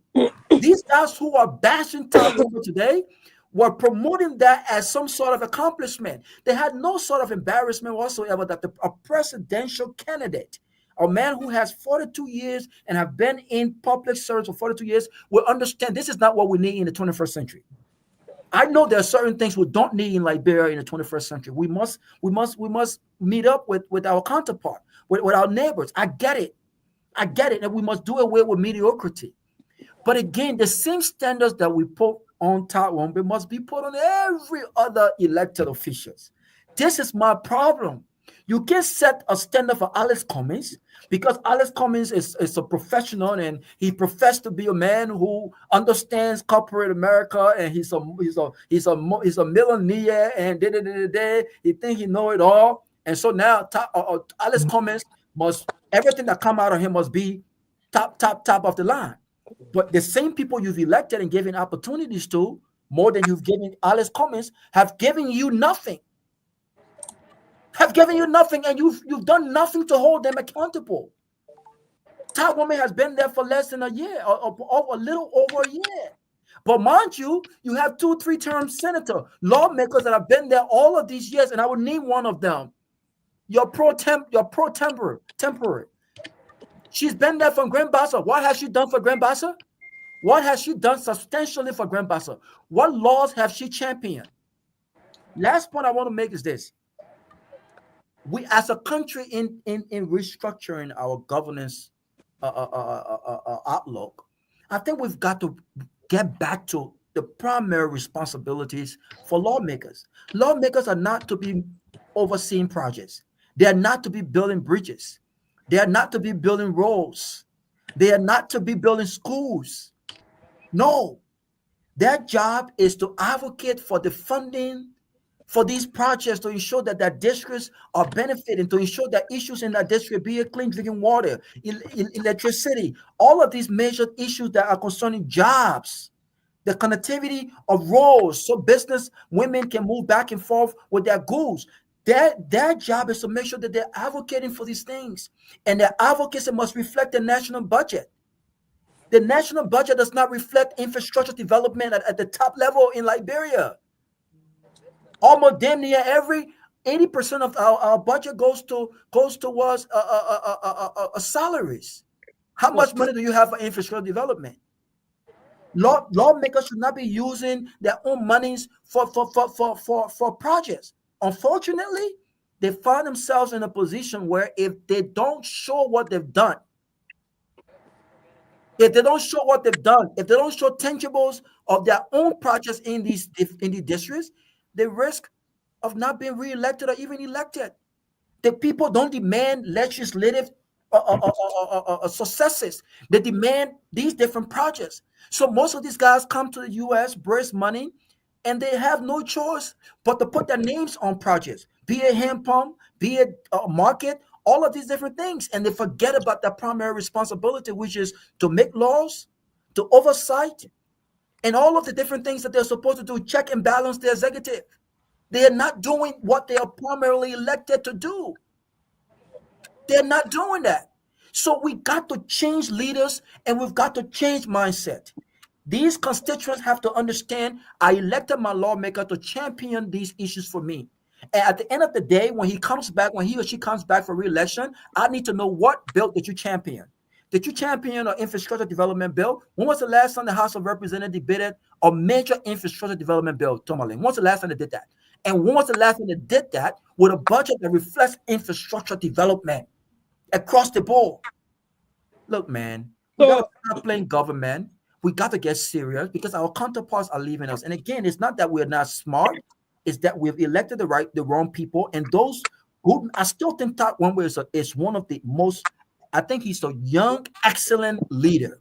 I would not allow this project to define him, and I will not allow all of this backlash. Yes, he deserves it because I think it was prematurely announced. I think he was so excited to announce this project. But I think at the end of the turn, and I think when this is all said and done, I think he got some good stuff in there for his people that I think we all will be proud of, right? But don't set the same standard. Hold him accountable, but hold the other guys accountable too. That's my thing. I got a suggestion from what Robert just said. Because now that, for me, I really think that our people are vulnerable at this point. So whatever we're going to be discussing, those of us that are on this side, I think we should make good of something to help our people in terms of, maybe because right now, you're talking about changing mindset and at the same time changing leaders. But some of the people don't understand what that means. Some of our people don't understand what that means. They only know that these leaders can go back over there, close the election time, get them a couple of bags of rice, give them something to eat, and then they will vote for them. So we on this side, it's just a suggestion because I just think at this point in time in our political, discourse, we should be thinking now on what to do in order to help our people.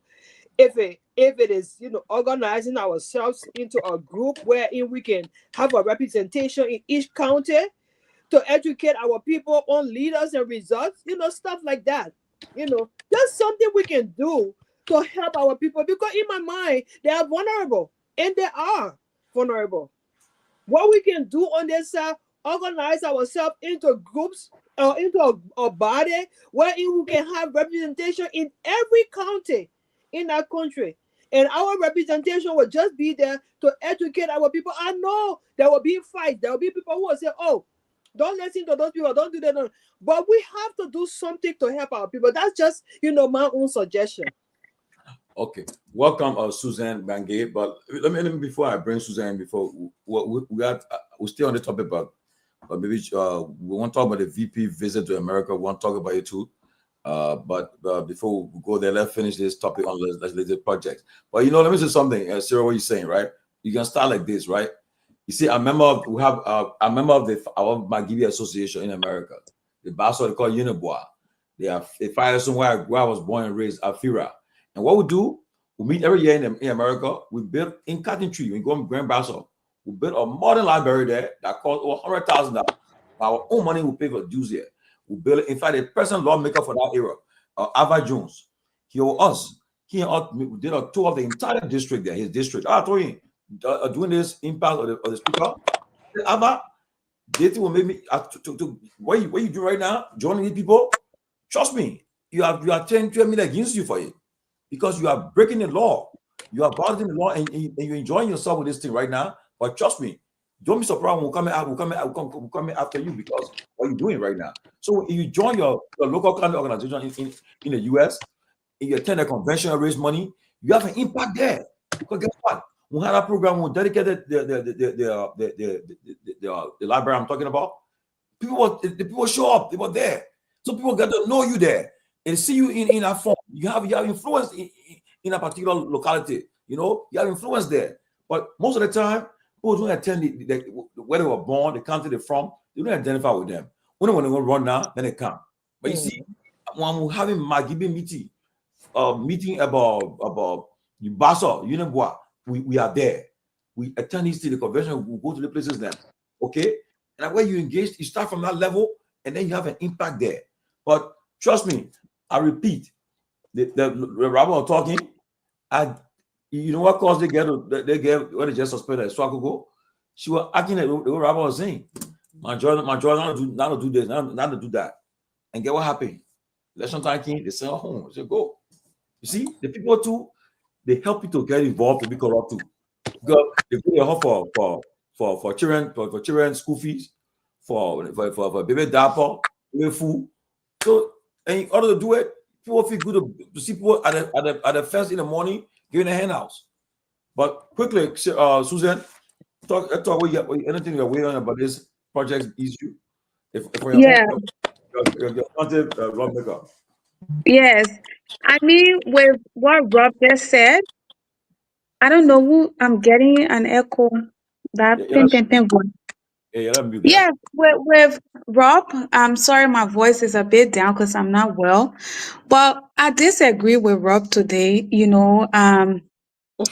about time. I like the fact that Amita is my big brother. He's somebody I admire so much with his resilience. And I was here I also witnessed his progress. And I love the fact that, he's trying to impress the Liberian people. But the mistakes that Liberian people have been making is that, lawmakers, when you want to be a lawmaker, I think you should be able to have something that, even though you're bringing something to the table, but your foundation, finance, these things supposed to be strong. So you cannot just only depend on the government to be able to give you something so you can give to the community. And these are some of our mistakes. Ta Wongbe being who he is right now, I see that he's putting in the work, but I see a man that is in so much hurry to impress the Liberian people as well.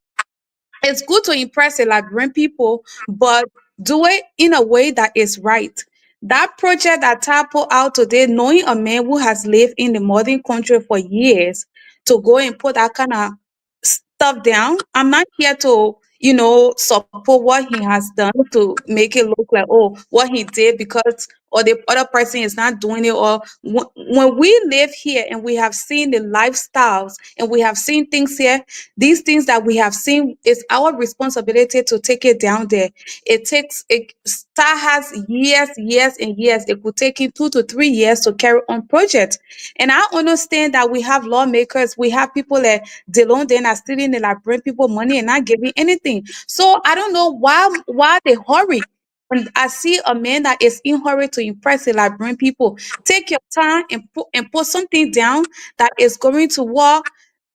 Be at a standard that will represent you, that today, tomorrow, some of us will be proud to repost it.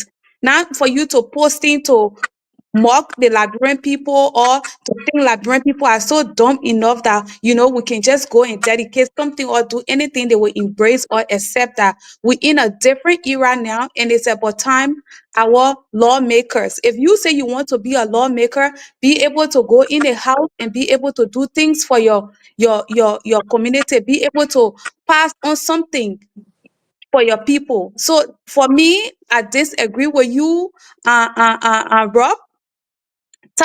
Whatever he posted on Facebook today, it was a big disgrace to him in the Nima County. Knowing a man who has lived overseas for years, he should know better. So I disagree with that. If I'm carrying out my project, which I'm going to carry out in a couple of years from now, I'm building my mom a massive 4-bedroom house.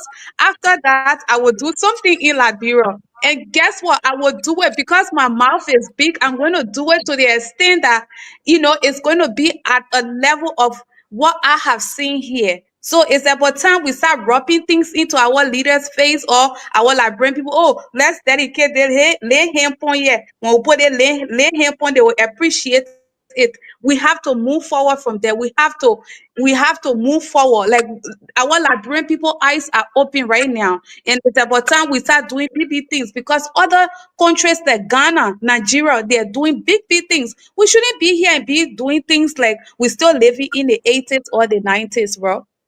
Especially when they come and need the same for them. But I concur with you. I think you agree with me. Maybe I need to give clarity. I think because everything you say is what I maybe I just want to, yeah. Right. Everything you say is what I essentially said, which is I think it was prematurely announced, right? Because they are scheduled to announce the project, I think few days from now. And I think in one of his response, he talked about, you know, different things that will elevate that area. I think a lot of people have issue with the rest area, especially, you know, the diaspora, right? Because we know what the rest area should look like and the quality, the standard of that, right? So I agree with you. I think it was prematurely announced. If I was taught one way, I would have been a little skeptical in announcing that. My point, though, is that we spanked Top One Way was spanked today. The kind of criticism that he got for releasing that. Remember, I woke up this morning and my phone was going off. I woke up and my wife was like, "Your phone is ringing. It just been ringing." I woke up and it was all about Todd. Oh, you saw Todd rest area? Or, you know, he was just in Atlanta, or that why he came to Atlanta for the bring to the all kinds of nonsense. So I agree. But I think again, he has, if you looked at his plan, I think he got a lot of great things for his people. But we should hold other leaders at the same standard that we will hold Robert Garguah, we will hold Susan, we will hold Ben Sanvee, we will hold Top One Way at, we will hold Alice Cummings at. Joseph Boakai should be held at that same standard. Jeremiah Cohen should be held at that same standard. All of the other lawmakers that have been in Congress for decades, and we have yet to see what they've done legislatively and tangibles in that district, they too should be held at that same standard. That's my contention. We are cherry picking on where the standard starts. And you know what? If it's certain people who got beat mouth like you and I, and who've been abroad for all these years, who've criticized government, who talk against mediocrity, they expect us to produce the very best. And I agree, we should produce the very best. But every other lawmaker who have pledged an allegiance to the people should also be held at that same standard. Not just Todd One Way, not just Alice Cummings, not just Susan, not just Tomalin, because we come from abroad or because we got beat mouths, because we're successful. No, every other person. If you're given the opportunity to lead, you should do right by the Liberian people. That's what I'm saying. So I agree with you. I don't endorse rest area. I don't endorse that, but I don't want this backlash to define Todd One Way and what an excellent young man he is. He's a rookie, a lawmaker, and I think that he's on the right path. But I think again, this was prematurely done. Yeah, yeah. Let me just come in, come here again, Rob. Yes, I believe that for me, I like what I saw today when I woke up from bed, because this morning in Australia, and I saw the post all over, everybody saying something on Todd's post. I was like, yeah, this is good. Our people's eyes are opening. And like you said, I mean, Todd, from your Nima Kante sister, I just want to say bravo for taking the initiative. First of all, we have had people, I know the rush, trying to certify the Liberian people, you're trying to push this narrative like, okay, yes, we're here to make the change, but take your time to make the change. But we have those of Delon being in office for, I don't know, for the longest period of time. This is the only Basa me I know that is me. Timothy needs to tell us if Basa people mean it. Because Delon is so mean to the extent that they made me on himself. Even the costumes that he can be wearing is so cheap to the extent. So tell me, Josh, the people from your country, are they this mean? Because since they made to power, he just like Joseph Boakai, nothing. We have not seen nothing from Delon. So No, I but just Susan, I'm a Basa boy. We're not. No, your people are the Basa people, because even but Delon just is saying that, and I will defend you on this one. Really? Coming now, the people that on drugs in Liberia, they don't talk. He raised money with the people in the diaspora, and they built that center, and that's what I use for a lot of people using that center now. They're using it to carry people who have been rehabilitated, and that's why he's spending most of the money he gets. Why he put the money at, though. Honestly, at that center there, the rehab, they get detox, and then they have graduation for them all, where they graduate and tell you that they were drug addicts, but now they are changed. They are going to be entering society again to be more productive citizens. So he said most of his funds he get, that's why he put it at at that rehab center that he built, and that's why they put most of the money. So I mean, and he told about the man clothes. The man partisan and buying clothes from America and send it to him. I've seen a lot of them do it. So And how much is Dylan making monthly? How much is Dylan making monthly? Rob, do you agree? Do you agree with what Rob? Do you agree with what Tomalin is saying, Rob? No, I don't agree with God. You know what happened? You know what happened? You know what happened, Susan? Yes, what happened? Yeah, how Dylan is separated from we the Bassa people. You remember civilization started in Grand Bassa. Civilization started in Grand Bassa. We're not just civilized, we're good-looking men and women too, by the way. Okay? And we're not cheap. We work hard. You can see how we work hard. The problem with Dylan is he can lie to the point where he even lying to himself. That's the problem with Dylan. He's a liar. The man, he lied. So when you go to the store, he will see a nice suit. He can afford the suit. You go because it's not like he's being cheap on himself to spend the money on somebody else or on project like Tomalin saying. I don't agree. I just think he don't love himself enough because he lied to himself. And the same way he lied to himself, it's the same way he lied to his Liberian people. It's the same way he lied to his mama. And I apologize to the old man how many times. That's just who he is. He's not like the other Bassa people there. So please don't use him as a litmus test to define Bassa people. He don't qualify for that. So I don't agree with Tomalin. We are watching the closing argument tomorrow. We have as our guest the Nimakane senatorial hopeful Samuel Koga. He'll be our guest tomorrow. I talked to him and wow. Julius said that if Samuel Koga I thought somebody said he was not coming on here again. That's well, Tomalin got $200. Tomalin, you got $200. And I said my $200, I'm giving it to the guys in the studio. The guys, Herod for gradually $100 and not $200 for Ansu and Myean. So Lofa Julius. So who bet you? Koga said he's gonna give me his picture and he will be appearing on the show tomorrow to come and answer all the questions. Because of that, I will take my break 1 hour tomorrow. So we'll be on the show tomorrow. And then before I got on the show, I spoke Mr. Cummings, we had a very good long conversation. The Cummings confirmed he's like announced that he'll be on the closing argument, but he'll give me the exact date tomorrow when we speak. So we got two important guests coming up, Samuel Koga and Mr. Cummings from the ANC. So let's make progress. We're done with this project issue now, right? We're done with it. I saw Dylan here, or maybe when I say something. Yeah, I did actually. Thank you for that because it seemed like everybody was just going back and forth. I want everybody to get their words out. But I do, if I can have the floor. Yeah, go ahead. You said. Okay. Yeah. So I do think that these little projects that they give each one of these representatives money to go to the different districts and do small projects. I think those things are intended to fool the people, to distract the people from what's really needed to be done. And what's really needed to be done is to force the country forward. And we can't do that without increasing and improving the productivity in the country. Real economic progress. And real economic progress can only happen in Liberia, not by building rest stations and building hand pumps. It'll happen by you improving the productivity in the country, conducting the real reform that needs to happen in Liberia. We need to take people from doing subsistence farming to more mechanized farming. We need land reform. We need, education system that empowers the human resource within the country to make sure that it moves, from where it is now and is geared more towards, the modern world, towards science and technology. We need to establish special economic zones, special agricultural zones in the country, put the people back to work, get the people out of the city, give them land grants to where they can go out and they can produce something. They can produce rice, they can produce cocoa, they can produce coffee, and those things can be shipped out of the country and cash being brought back in the country. These people can empower themselves.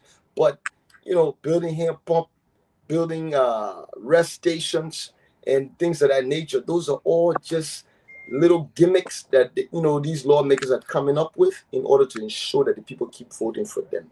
But it doesn't solve the real problem. The real problem is that we need to improve the productivity, we need to improve the GDP, we need to get people to work, we need to educate our people, we need to make sure the education is geared towards science and technology so that we can compete in the modern world. That's how you move the country forward. And a rest station cannot do that, a bus station cannot do that, a hand pump cannot do that. Thank you. Well, let's make progress. Okay, we be talking now. We're coming on to there's another topic that was brought up today. Okay, I think you see a flyer going around that the vice president will be visiting the USA, but now he's coming to this conference called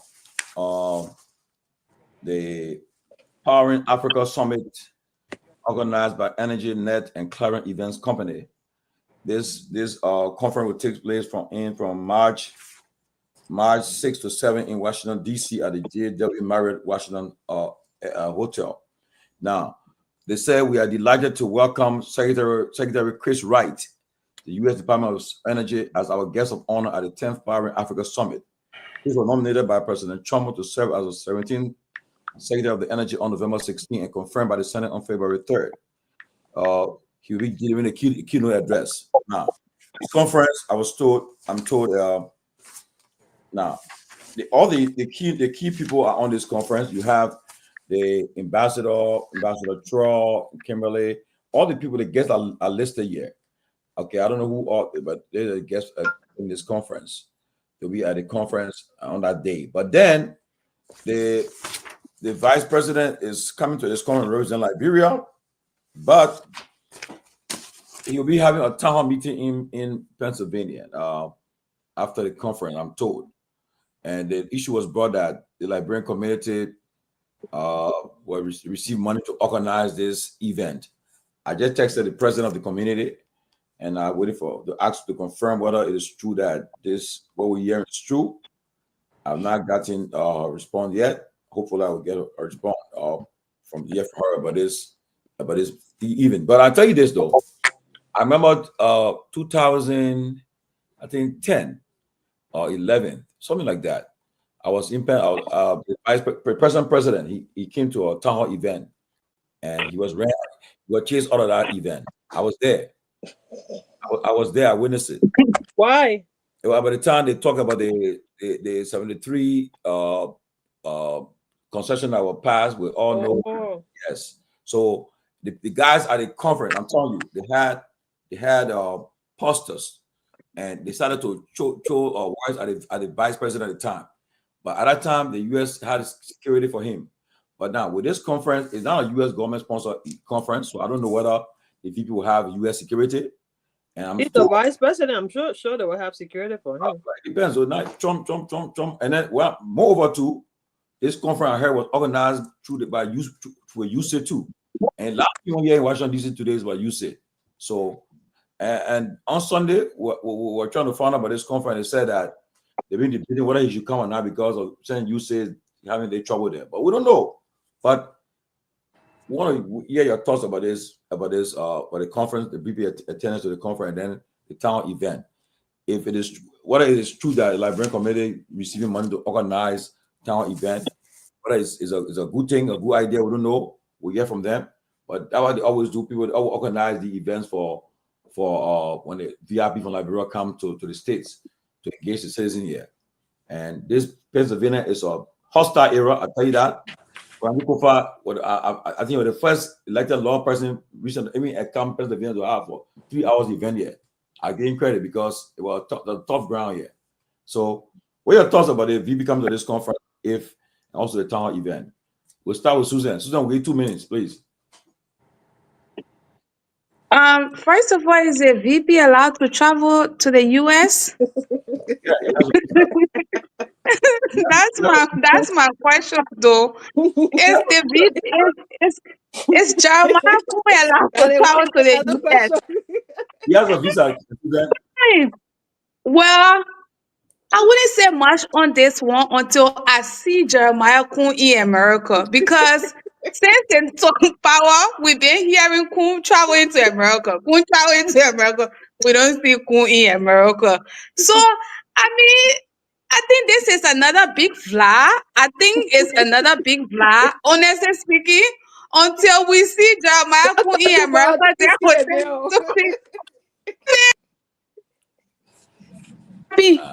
Kim Chu, guys. So wait and see the man. Tomalin, I just don't want to be fast enough to say anything here. Because for me, what we hear is that the VP cannot travel because since they took power, we've been seeing what's his name, Boaka going to America. We have not seen him, so let's wait till we see this one. Honestly speaking, I'm not going to say much on it. Let's pass it to the rest of the panelists on the show. But let's wait and see Kun in America before we talk. We're going to come. Let me say this now. Look, when you have a government, I don't care where it can be. If you are sitting government, they will give you visa to come to America. Okay? But some of the visa will give you. It is true. They can tell you, say, well, you have a certain miles you are allowed to be in. But I didn't see the visa I saw with the vice president. I think all on Facebook. I don't see no restriction in that visa. I think so. I believe he can come to America.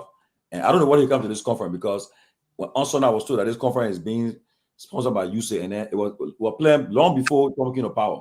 So nowadays you call USAID in Washington DC, Elon Musk will run you from there. So I don't know whether USAID they will still want to come for this conference, or so if I were the vice president, send out USAID Ben, I would not want to follow fast and USAID conference now because the guys Okay, since you saying that I'm just going to hold you by your words that okay, maybe he has a visa of entrance to America. Even though I still kind of doubt that. But I mean, with the way things are looking right now for Kun, somebody in their right sense of mind will not be going to America when you know how much tension is down. And like you just clearly stated, this is not the time where your Sleepy Joe in power that they were sponsoring, the Liberian people. Now we have Donald Trump, and Donald Trump does not give a damn about Africa, especially Liberia. Liberia is not on the list. So if he's saying he's going there, let him get himself prepared because the Liberians will be waiting for him as well. They will be waiting for him. But I can't say much because I'm not sure about the whole traveling stuff. So I'll pass it to the rest. Yeah. Where you passing? Don't talk you. I will not say anything. Okay. Yeah, honestly, Kun is in the state because I know someone working in his office, and I saw the post from the guy in the state. If Kun could not go to the state, that guy would not be in America. So Kun is the vice president of Liberia. So obviously, that is normal. So are you confirming that he's here already? Yeah, he's in the state. Yes, I have a big brother who works with him in the security stuff like that. Is he in hiding or what? He posted today from the US. I don't know whether they are hiding it or not, but what I can say is that he's in the state. But again, for me, I'm just concerned about the benefit Liberia will get from that conference he's going to attend. Because the last time I checked, Kun went to a conference in Europe, and Spoon TV reported that Kun was able to kind of secure some money for Liberia. I think thousands of dollars, but I don't know the figure. And that was very unrealistic. Because the first thing here is this: when President Barker won the election, Amara Corner initiated a meeting with World Bank in the US. And Joseph Barker went in that meeting, the other top official who you think that they could be able to kind of secure some money for the newly elected government at the time. But they needed to do a follow-up in that meeting, according to Amara Corner. But when they came back to Liberia before the inauguration, all of them were concerned about job, how they can get appointed.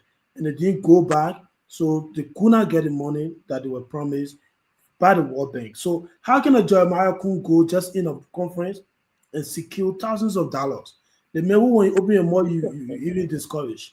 But again, but for me, I'm just interested to know, what Kun visit get to do with the, maybe economy-wise, investment-wise, that Liberians can benefit from. That's all I really care to know about. Secondly, about Kun giving Liberians money to welcome him and all of that, I can't say no because Kun is a desperate guy. Kun can do anything. And on this show tonight, I want all Liberians, no matter how you hate Joseph Barker, let's pray that Joseph Barker says yes. If Jeremiah Kun want to be president, let him wait for 2029 and run his own campaign. Because any attempt for us to experience a Jeremiah Kun presidency. We long been crying in our country. That would be the worst. It will take us way back, like 50 years backward for Jeremiah Kun to, because the thing is, it's just simple. That crisis at the legislature, specifically in the House of Representatives, was sponsored by Jeremiah Kun. Somebody who have a good intention to be president of the country will not be investing money like that just to be president of a country. That man is a businessman, you know, from the time he was small, selling gas in Ganta City, going to JG to bring gas, which is okay. That's a humble beginning. But that guy, he got into the House of Representatives under Prince Johnson influence. They put him on the Ways, Means and Finance Committee as deputy. He built himself a clinic in Ganta, put that clinic in the budget, national budget. Every year that budget passed, couldn't get a key back from that clinic. And saying his son who wanted to be lawmaker in District 10. When he asked that one, why you didn't give me, it's all you go. You know? So this is the trouble that hanging over Liberia right now. That a Jeremiah Kun can be president of our country. You know, that guy is desperate. So I'm not denying the fact that he gave people money, because this thing have been in the public that Kun can travel to America. So you want to do anything to send a, you know, positive feedback that Liberians are happy with him and all of that. But what I can say is in the state, and Kun is the vice president of the country. It's just so unfortunate that, you know, a country like Liberia will settle for Jeremiah Kun to be a vice president. That's the unfortunate part of it. So for me, I want to know what the visit or the conference will bring to Liberia. Obviously, this guy, he has no capacity to bring anything tangible to the country. I know that, and Liberians can see that from his record in government. All this guy have been able to do is to enrich himself, get himself some money, and then taking advantage of this opportunity, thinking that, you know, Joseph Baka, something will happen to the old man so he can be president of the country, which will never happen, because this old man will be strong, you know, until this 6 years finish. And then if Kun want to be president, then he come 2029 and become president. Let's see. So thank you so much. Sarah, Wayne. Well, for me, like everybody else have been here, I myself heard that he, you know, could not come to America because of some visa restriction problem. But now that problem maybe because of his, you know, proximity in power, maybe all that problem has been resolved, and he's now coming to America, which is a good thing. He's our vice president, so his coming here, if it's going to make have a great impact and bring something to our country, you know, we wholeheartedly support that. But what is the part of him sending money over here for them to have something for him? Our people need all that money back home. If they say, let your work speak for you, if he's really doing what he's supposed to do for our country, the citizens here are supposed to put together and have something for him. He doesn't have to send a dime here. So him sending money over here for them to have something for him is just all of the same corruption thing we're talking about. That he will have people here, his supporters, and using people or Liberian people money order to send here for them to, you know, prop him up and stuff like that. Work for the people and let the people appreciate you. Let your work shine for yourself so that people will see your good work. Don't bribe. It's a form of bribery anyway, you know. So the fact that I appreciate that he's coming to America, which is a good thing, but I don't think he should be sending money here for people to have stuff for him. And the Liberian people know the VP is coming. They want to appreciate him. They'll get together and, you know, and appreciate him. Our people need all that money. That's just my thought. Yeah, Willie. Yes. So, you know, Jeremiah Kun coming to America. If he's coming, you know, for political reasons, or he's coming because, you know, he's trying to gain political favor with the diaspora, or show people back home that, yes, he can't come to America just for the sake of coming to America, then I think it will be a wasted opportunity, and I think it will serve no purpose.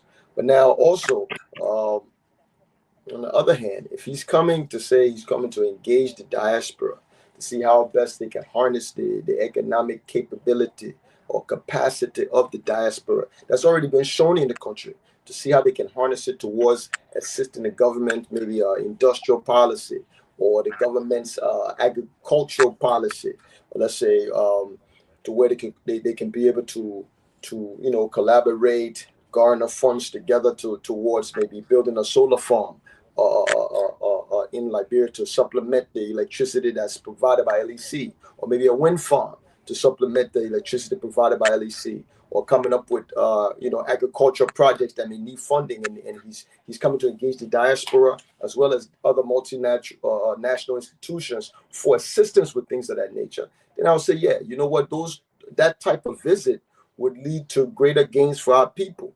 But if he's just coming just because he wants to get the photo op, so he's sending money ahead for people to come and so there'll be crowds to welcome him, and so he goes to one town hall to another town hall, and that's it, and it's purely for social causes, then it's a waste of time. It's a waste of taxpayer funds, and it's not going to lead to the advancement of my people. And my primary focus is on what can be done to improve the livelihood of the people. So if he's coming here just for things that are not going to lead to economic progress, then I feel like it's a waste of time. And for what I've seen so far and what I've heard so far and things that he's done so far, I've not seen the vice president have any kind of true economic impact on the government since he's been the vice president. So, I can hope for the best because I'm a patriot. I'm a citizen of Liberia that's wishing for the best for our country and, for the future of our country.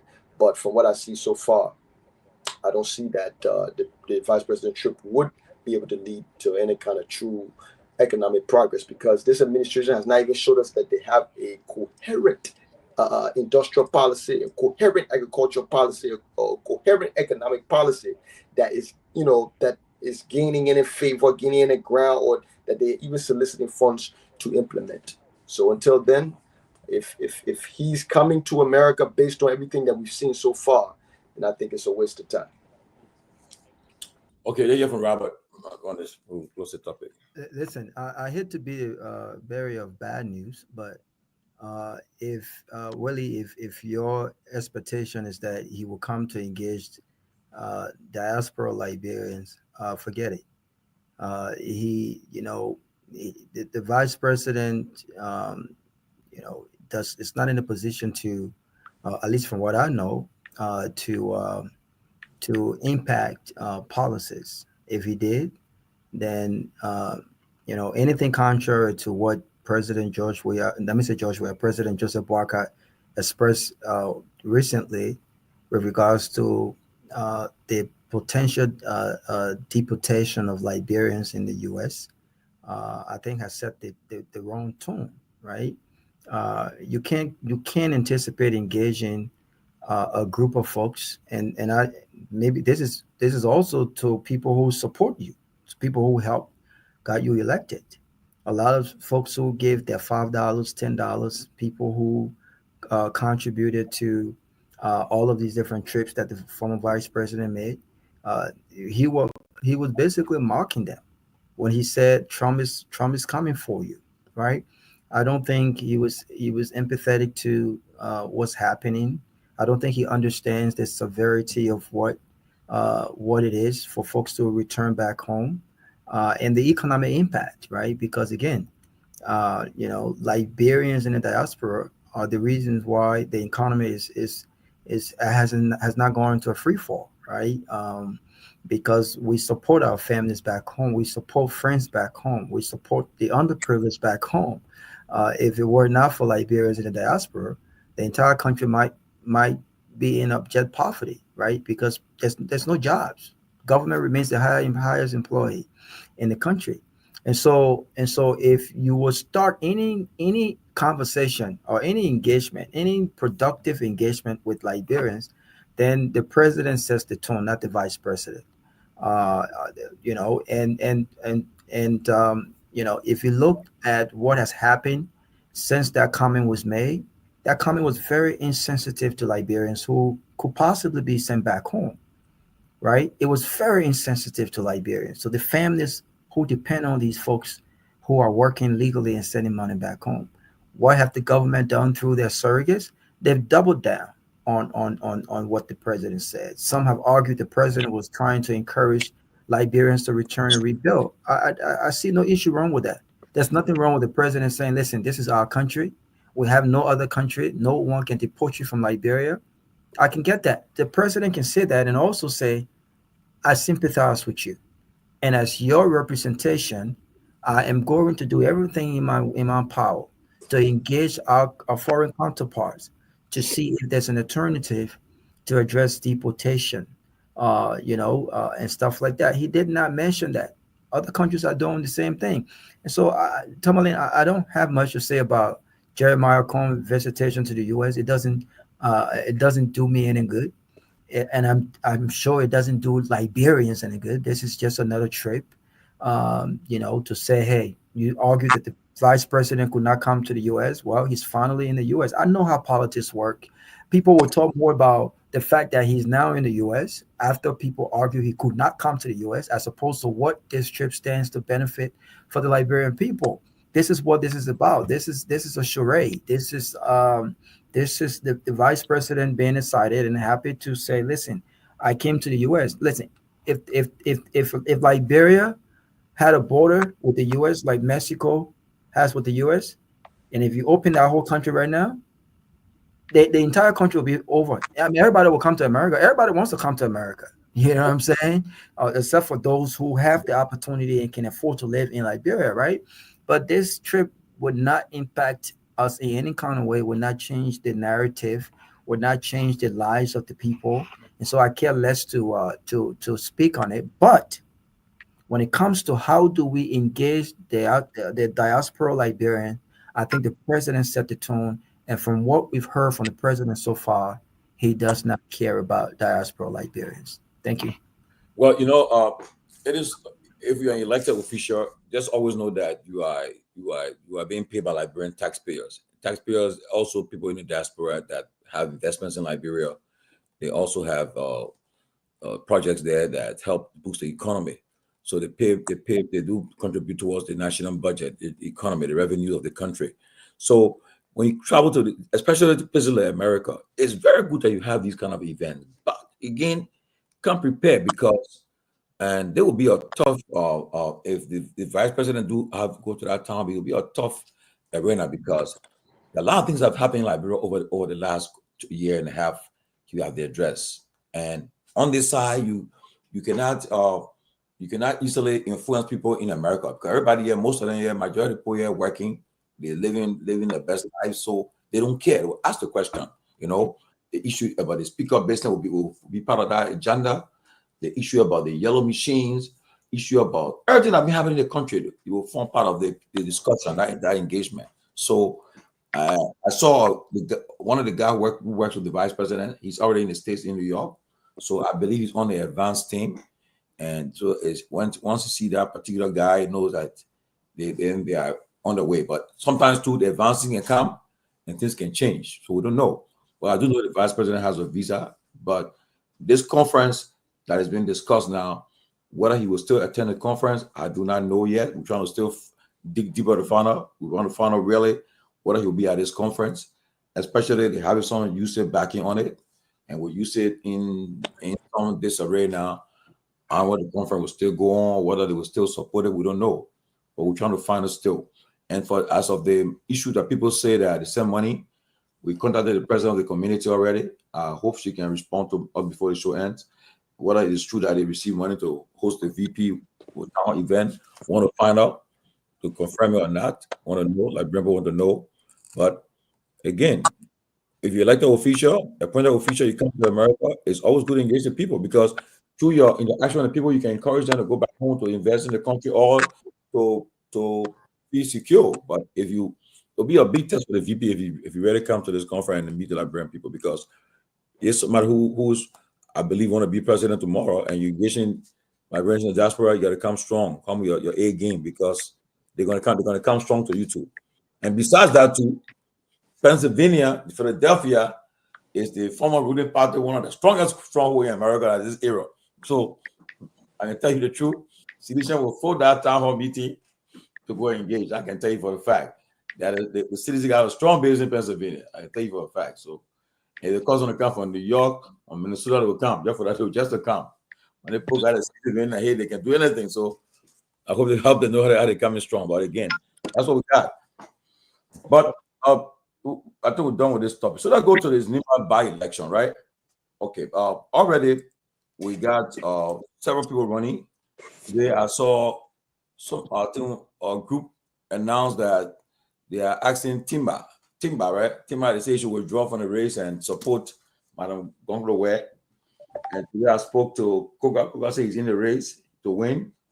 And Mike Blewan said he's in the race to win too. And the other guy who was on the show the last time, when he began, Yeru. Garrison. Garrison in the race to win. And it'll be a Nima. What I was informed, by next week, people start going Nima to get prepared for the election.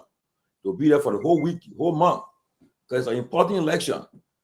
Nima election will determine what will give a window to what will happen in 2029. Who will be that person in charge of Nima, who will have that influence. Even though we don't know nobody can fill in P. Johnson's shoes, but what are your thoughts about the Nima election? Everybody can have 2 minutes to weigh on it before we go forward. Willie Dennis, what are your thoughts about the Nima election? 2 minutes. The by-election.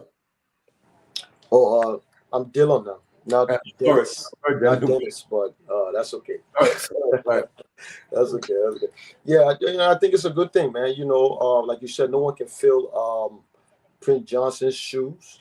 He played, a controversial role, but we would say also a major role in the, the political landscape and the political life of the people from Nima County. But at the same time, the people's work has to be done. So yeah, I think it's a good thing. I hope that they go ahead and carry on the election in a speedy way so that they can get to the work of the people. We see that Nima County has one place where we've seen a lot of growth, a lot of development in the country as opposed to other parts of the country. So what they're doing there, it seems like they're moving in the right direction, and they need to get the political house in order so they can continue making strides going forward. Siddiqui. Yeah, personally for me, I don't know any other people who are contesting, and I've heard about some of their names, but I don't know any record that I can say on this show that I support this person or not. I hear that Koga, the chairman for the majority bloc, is appearing on the show tomorrow, and he's going to be in the race. I wish to join the show tomorrow because I would really like to know, if Samuel Koga was paying all the night he slept in RIJ, if he himself was paying for those nights, and I would like to know, if not him, who really supported him, throughout. And, all the 2 terms you have served the district for, what are the things that you've been able to do that now you want to be senator for Nima County? But again, I just think it's another opportunity. Koga may likely win because he's being supported by this guy called Jeremiah Kun, and he's now portraying himself to be the replacement of Prince Johnson and all of that. But it's very unfortunate. And I see my brother Lofa Julius promoting Councillor, how you call this Councillor, how you call this lawyer from this party? Kehleboe Gongloe. Yeah, Councillor Gongloe. Yeah, Kehleboe Gongloe. Yeah, I see Lofa promoting her, which is good on this same issue of gender equality. For me, I would like to know her better, like what she has been engaged into, what are some of the things she's been doing. Because every time I hear about Ile is when they have an election in Nima. And right after the election, you don't hear about her again. Yeah, for me, that's what I've observed about her and stuff like that. So I don't know any of them I can give a support. I'm from Nima, by the way. I'm from Flompa. I think, Susan, you may know Flompa. And so I don't support a candidate. I don't even register in Nima. I register in Monserrado because they're where I used to live. So whoever wins the election is up to them. But I just hope they can start to have a debate about what somebody can do for them. Now, also, yeah, Prophet Key will be running to. Like, it's an interesting country. But I wish them all the best. I wish them all the best, actually. Yeah. Yeah, I will just come in. Tomalin, I know we have already closed the topic that we just left, but I just wanted to say something before I get on this other one, on this topic. You said something about money issue that you're going to call the chairperson about money. Obviously, if the VP send money, and now that we have already talked here, she's whoever that received that money, they will never tell you that, oh, the VP sent me money. So just to make that clear to you here, and you know that Jeremiah Kun is capable of doing anything because he wants the attention, and he thinks he's in competition with somebody when there is no competition. I just want to set that record clear before moving on to this whole NEMA election. Vicky just said something very important here. Myself, I noticed, especially Kehleboe Gongloe being somebody that I truly admire. Since the election, we have not seen this old man involvement. We have not seen anything from him. And this is the same thing with his sister Edith. Edith being a female in this election, I do support her because I'm a woman. We want other powerful women in Liberia taking leadership. However, like it's like our people go for something they want it. Once they don't get it, they just go back and stay mute. And that's a problem. Edith, I knew long time, we all knew long time Edith was in the race, but since then we have not really seen her speaking. We have Mark was able to embrace this platform. He was able to tell the Liberian people what he's going to offer the Nima County people. Garrison has done that. So where is Edith? Where is Edith? She needs to come out and speak. She might be taking her time to come, but the involvement, like whatever you want, you have to be involved. And that's the same thing I said here. Being Tiawan, I spoke to a couple of his friends behind closed door saying that where is the pape? Tiawan is not saying anything. And that alone is something concerning. And that's same as Edith. You know, after election and the CDC and UP election, whatsoever the election that took place in Liberia, Edith went mute. And we need our female politician to speak. We're not just going to give leadership to somebody. I know what I'm saying tonight might not get down well with people, but it's about time. If you say you want something, be able to stand up and speak for it, be able to be there for your people. Don't run after you run and you want something, you run back. And that's one of my biggest problems with Madam Edith Gongloe. And this election, again, like I said, is going to be really tough. It's going to be hard. There will be cheating. And I just pray that there will be cheating. That's just the fact. Okay? And that's the part that hurting me because, how do we avoid the cheating? How do we avoid this cheating? There will be cheating. And I can tell you tonight to the Liberian people that the vice president is going to cheat. Is going to cheat. And the chance of, it's hard to say there's the chance of anybody winning. It could be Togar because we know that there is going to be a big cheating. Well, making him to be winner already. No, I said chance. I said chance. I said chance. Let's be Sarah, hopeful. I said The chance. system might not work for him. Well, I said chance.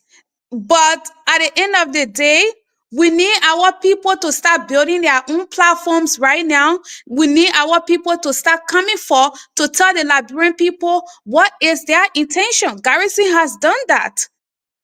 We don't even know at this moment who is even going on who ticket. That's the most frustrating part. Mark came on this platform.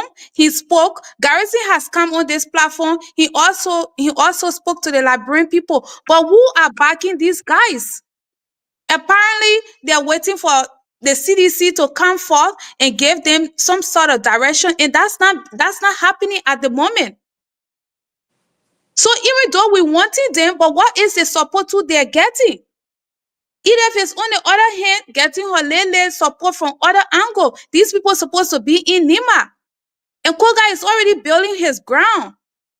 I understand right now the Nima in the Nima's politics, especially the Gill Belt, they have both Garrison, they have both Togar and Mark. So they're fighting in this one belt. So Edith now will come from the minor belt with more votes. But then again, it's all tricky because these people too they will also get a vote from the minor belt. So it's quite complicated. So we know how desperate Jeremiah Kun is. We know how desperate Koga too is. This is a time our people need to start working because they are not working at the moment. They don't have any backings at the moment. Most of our sedition officials are sitting there and looking. There no financial backing at the moment. And I'm just going to say this right here on this platform. We cannot say, oh, we don't want Koga to win this election while we have the people, the ones who have sacrificed for CDC are still sitting down, like Garrison, like Mark. These guys are still wanting President Weah intervention and nothing has been done. So after all, if the people cheat the election and give it to somebody, because even if we're not getting the financial backing right now, what are we going to get after a couple of months from now? Just come on Facebook and make any type of noise? Well, but okay, before Robert comes in, Susan, do you know what's happening behind the scenes? I was about to say. I know what's happening behind the scene, and because I know what is happening behind the scene is where I'm speaking from. Okay. I know behind the scenes, so somebody will come later on, but we don't know. We just gotta let it. The judge announced I want to believe there are things happening behind the scene. Behind the scene, though. There are things happening behind the scene, but the things that are happening behind the scene, they are very slow pace of things. Slow pace of things in a way that up to now, Edith has not come on this platform to tell the Liberian people her intention. I spoke to Lofa the last time. He said, oh, we're taking our time. Taking your time? While Koga already building his case in Nima?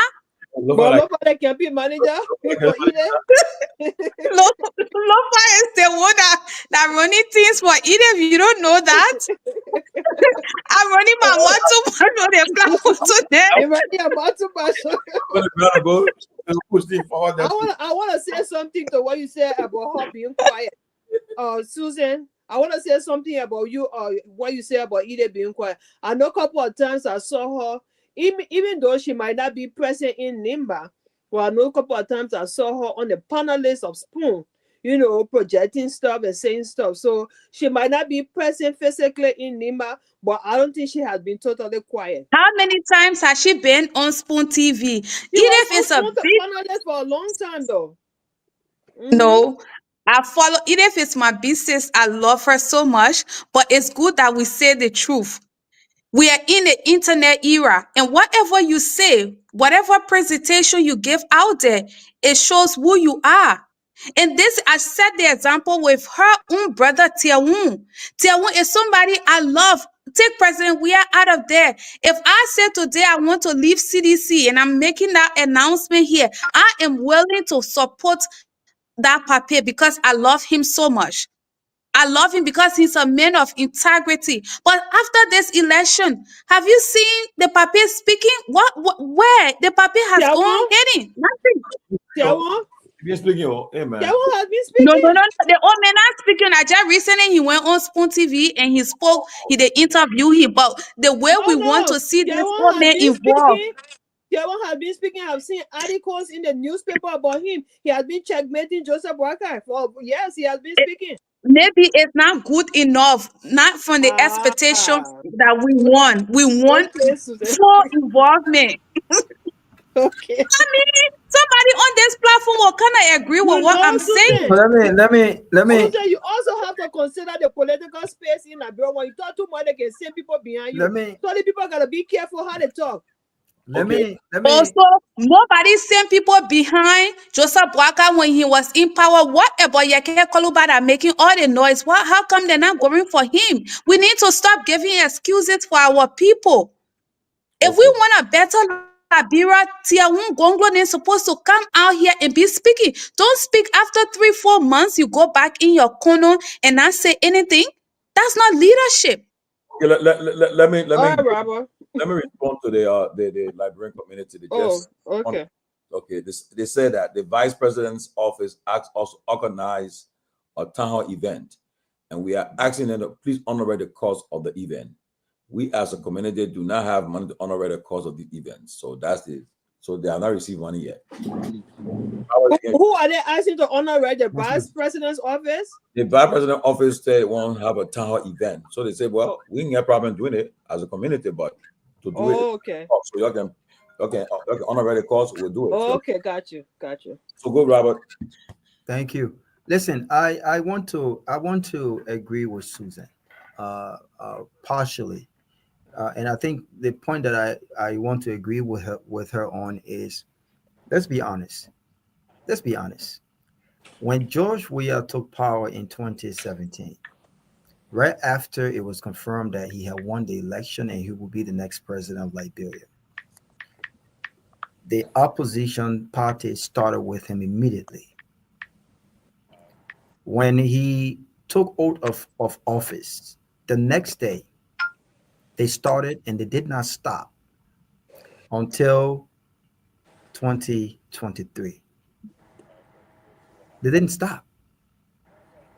And so I agree and I understand Susan's frustration is that the opposition have been very cautious, right? They've been very cautious with regards to the day-to-day happenings in our country. I have not heard that level of aggression from the opposition leaders. I haven't. CDC is the most popular opposition party right now, like it or not. George Weah is a formidable candidate in 2029, like it or not. But the party, I'm not sure if they're still trying to gather their thoughts together from the elections, but I think it's long overdue. It's been over a year. We don't know who are the voices of the opposition party right now. We know George Weah remains the leader of the party. We know he still have that structure in place. We see that he's traveling across and he's still being active. But who are the communication of folks within the CDC? Who is channeling the party's a message with regards to national issues that are happening right now? Who's speaking on behalf of the party and on behalf of the masses? That's what Susan is talking about. And this is by extension what's happening with the election in Nima. And the bottom line is, as aggressive as Togar is, and the fact that he has the backing of the power that be, we know what kind of influence that could possibly be. So they should be ahead of the curve. If Edith wants to be the next senator, yes, you can be as cautious, you can take your time. But yes, I agree with Susan. She should be out speaking. There's nothing wrong with saying, listen, we're still going through things. We're still trying to decide. But I'm on here to say that when we do decide, you will hear from me. There's nothing wrong with saying that. There's nothing wrong with engaging and expressing, you know what? These are some of the things that I plan on doing if I do decide to run. There's nothing wrong with that. There's nothing wrong with saying to the Nima people right now, even before the official announcement is made, that you must be careful with this Togar guy. He does not represent what the future of Nima politics. There's nothing wrong with saying that. Togar is desperate. Togar is such regime collaborator, and I don't think he represents. And I don't even want to say this because I don't fancy Prince Johnson. I don't fancy Prince Johnson, but I don't think he represents the people of Nima and what how this government treated them and the role he played. And I think anyone who is running against that ticket right now politically have a message here that Jeremiah Cone is a betrayer. Jeremiah Cone did not stand with Prince Johnson as Prince Johnson stood with him in getting him elected vice president. Sure. They have a compelling case to make it. But to Susan's point, time is of the essence. When are they going to start talking? Hey, listen, it's not how you start, it's how you finish. And I wholeheartedly believe this. You can start slow and slow and slow and slow and finish strong, but you got to start. You got to start. Look at what happened with the Vice President of America, Kamala Harris. I strongly believe, and many Democrats believe now, and these conversations have been held behind closed doors.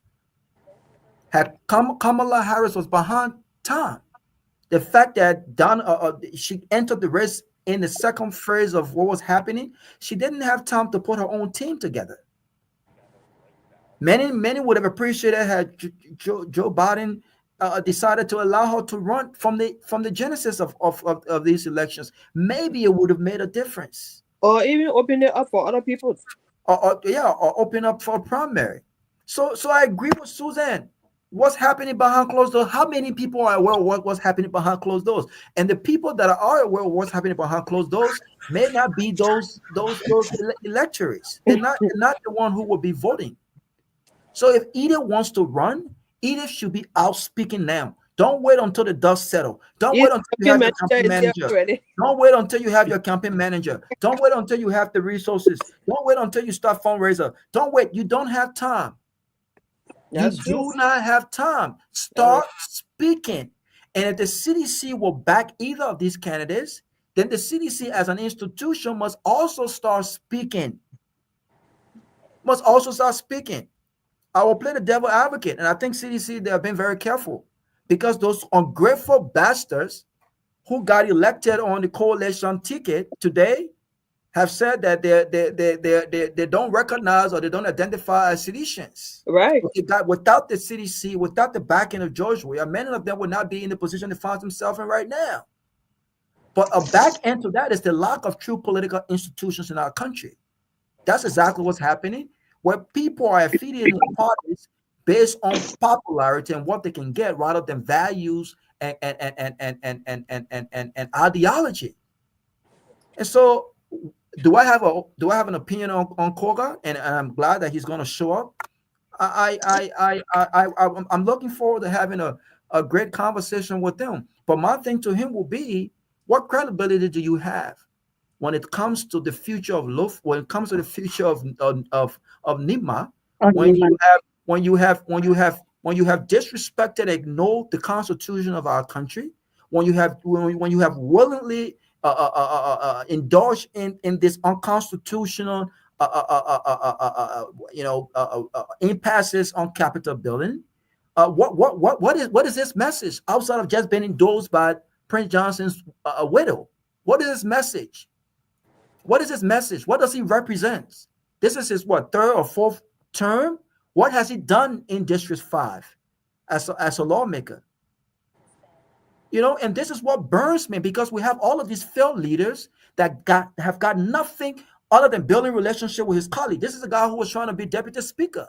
And when asked about being deputy speaker, he said what gave him confidence is the relationships he's built with his colleagues, not what he's done, not the tangibles, not all of the things that matter when it comes to legislative matter. And we're bashing Todd Womber today for the mediocre work. That he but this is just the beginning of what he's going to do, right? So they have to speak up, they have to come out, they have to start talking, because again, they have the machine of the executive behind Togar. They will spend a lot of money to support him. And I'm not going to talk about cheating. I will hope that we have free and fair elections. And if there are any issues with the vote, we have a system to go ahead and get this thing done. But they need to start speaking. Thank you. Willie, you muted, Tomalin. Sorry, guys. Because we're running out of time, but I would like Lofa weigh in before we leave. But let me say. But we ain't talking Lofa, man. Oh yeah. Oh, okay. But let me say this though.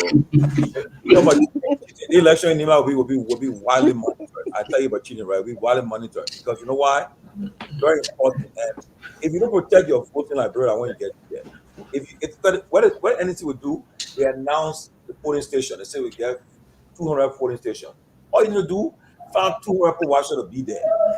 And you know how a strategy. I hope nobody is listening. He the campaign manager. You find your vote, you'll be fine. But if you find your polling station, they will cheat you.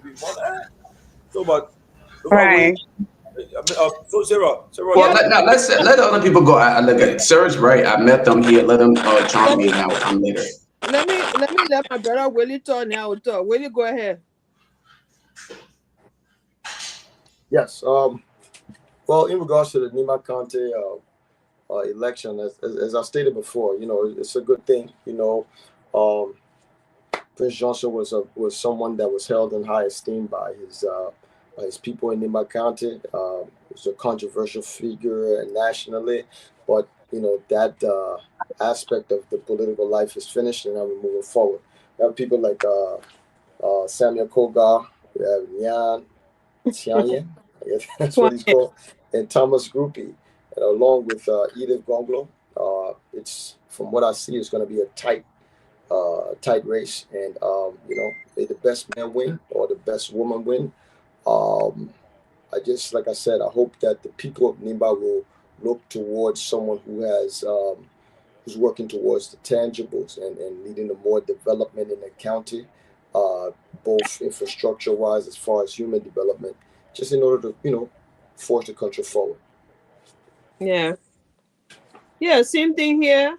Mine, I would really like for Madam Kehleboe Gongloe to pay more attention, if at all she have the intention of running, which I think she is. Like Susie said, she needs to start showing up on platforms and speaking to her people in Nima County. This is the time now for our Liberians or our Myean brothers and sisters to think independently and do the right thing for the county. They should not go back because Koga jumped over Prince Johnson body. That's not the case. The case here is, at the end of the day, you want somebody who will represent you, who will do stuff for you, for your county, for your constituent. So vote somebody who will represent that cause, not because of anything else. And yes, that election is going to be tight, and I can guarantee you there will be some form of cheating there. So they need to have a strategy right now. They need to start strategizing right now what to do at the various polling stations, train the people and stuff like that, because it's going to be tough. You are going against the government pretty much, because Koga is going to be the government, candidate. So it's like you're going against the government. So it's not going to be an easy thing. So start the strategy right now, and let's give these people a blowout. I'm supporting Kehleboe. That's my point. And that's just my thought. Thank you. So is it my turn? Yeah, that's your turn. All right, thank you. Great to be on. Great conversation. I've been following from the back end. Susan is low heated tonight with the whole.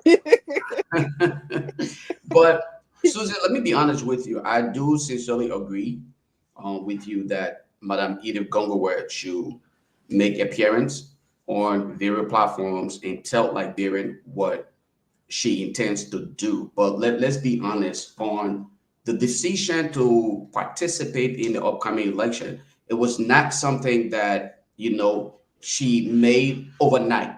It was much more of a petition again that was again rendered to Madam Kehleboe Gongloe, and it's a difficult thing for one to just get up and run and do things overnight. So as a leader, one must be able to strategically put things into perspectives. All right. This woman's going to Liberia. She's meeting the chiefs and other people on ground. She's there. I agree with you. She will come and make the case to the general public, the nation. She will make that case. But let us also understand that it is not just one thing that can be done instantaneously. This is not an election that they were planned.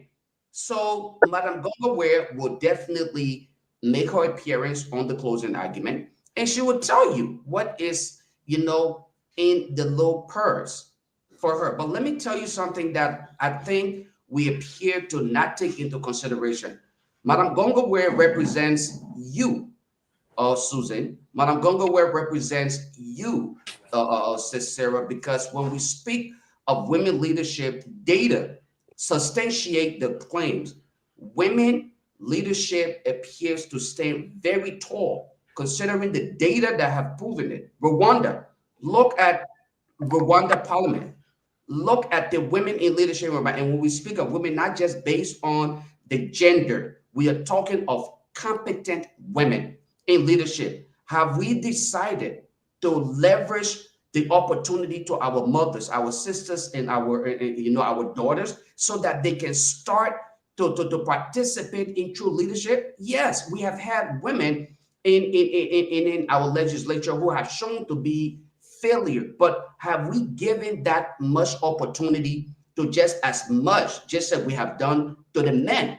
The men have shown to almost appear to be failure. I'm a man, and I'm telling you that we have not done well.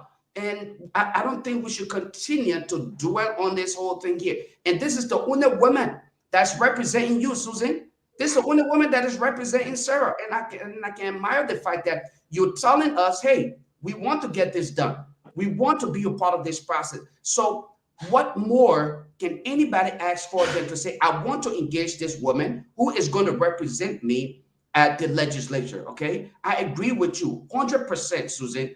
Let her come to the public and tell the public what she desire or what she intends to do to transform Liberia, And that process is in the making. She is engaging local radio stations in Liberia. She's been on the radio in Nyenwolo County. I think the audios are out there. If you like it, I will share it with you. And in one of these interviews, there's a young man who called a radio station and said, and I can't in the local vernacular that was interpreted to me, say, Ma, our pa is gone. Now we need a mother in the house.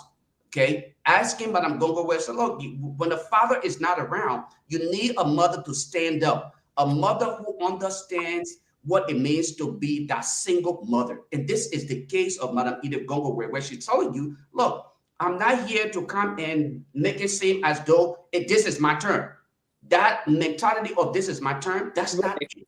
But the fact that you stood up, you saw something in me, you petitioned me to come and represent you, the people. I think it is only fair for me to come in as a mother and represent. So yes, she will come and she will appear on various platforms and she will tell you what she had in the purse for all of Liberia. And she's not going to this thing as though she's only going to represent Nyenwolo County. And that's one thing that I admire most about this woman. She's not only looking at it as though this is just Nyenwolo County, she's looking at Liberia. Why it is true that she is directly representing the people of Nyenwolo County, but she's looking at it from a larger scale. What is it that we can do as women in leadership to transform lives? What is it that we can do as women in leadership to look at our young girls so that Susan can feel like my presence on the social media is not simply to just talk, but to empower young women to see that they can one day serve in leadership. They can become the next representative, the next senator, the next president of the great Republic of Liberia.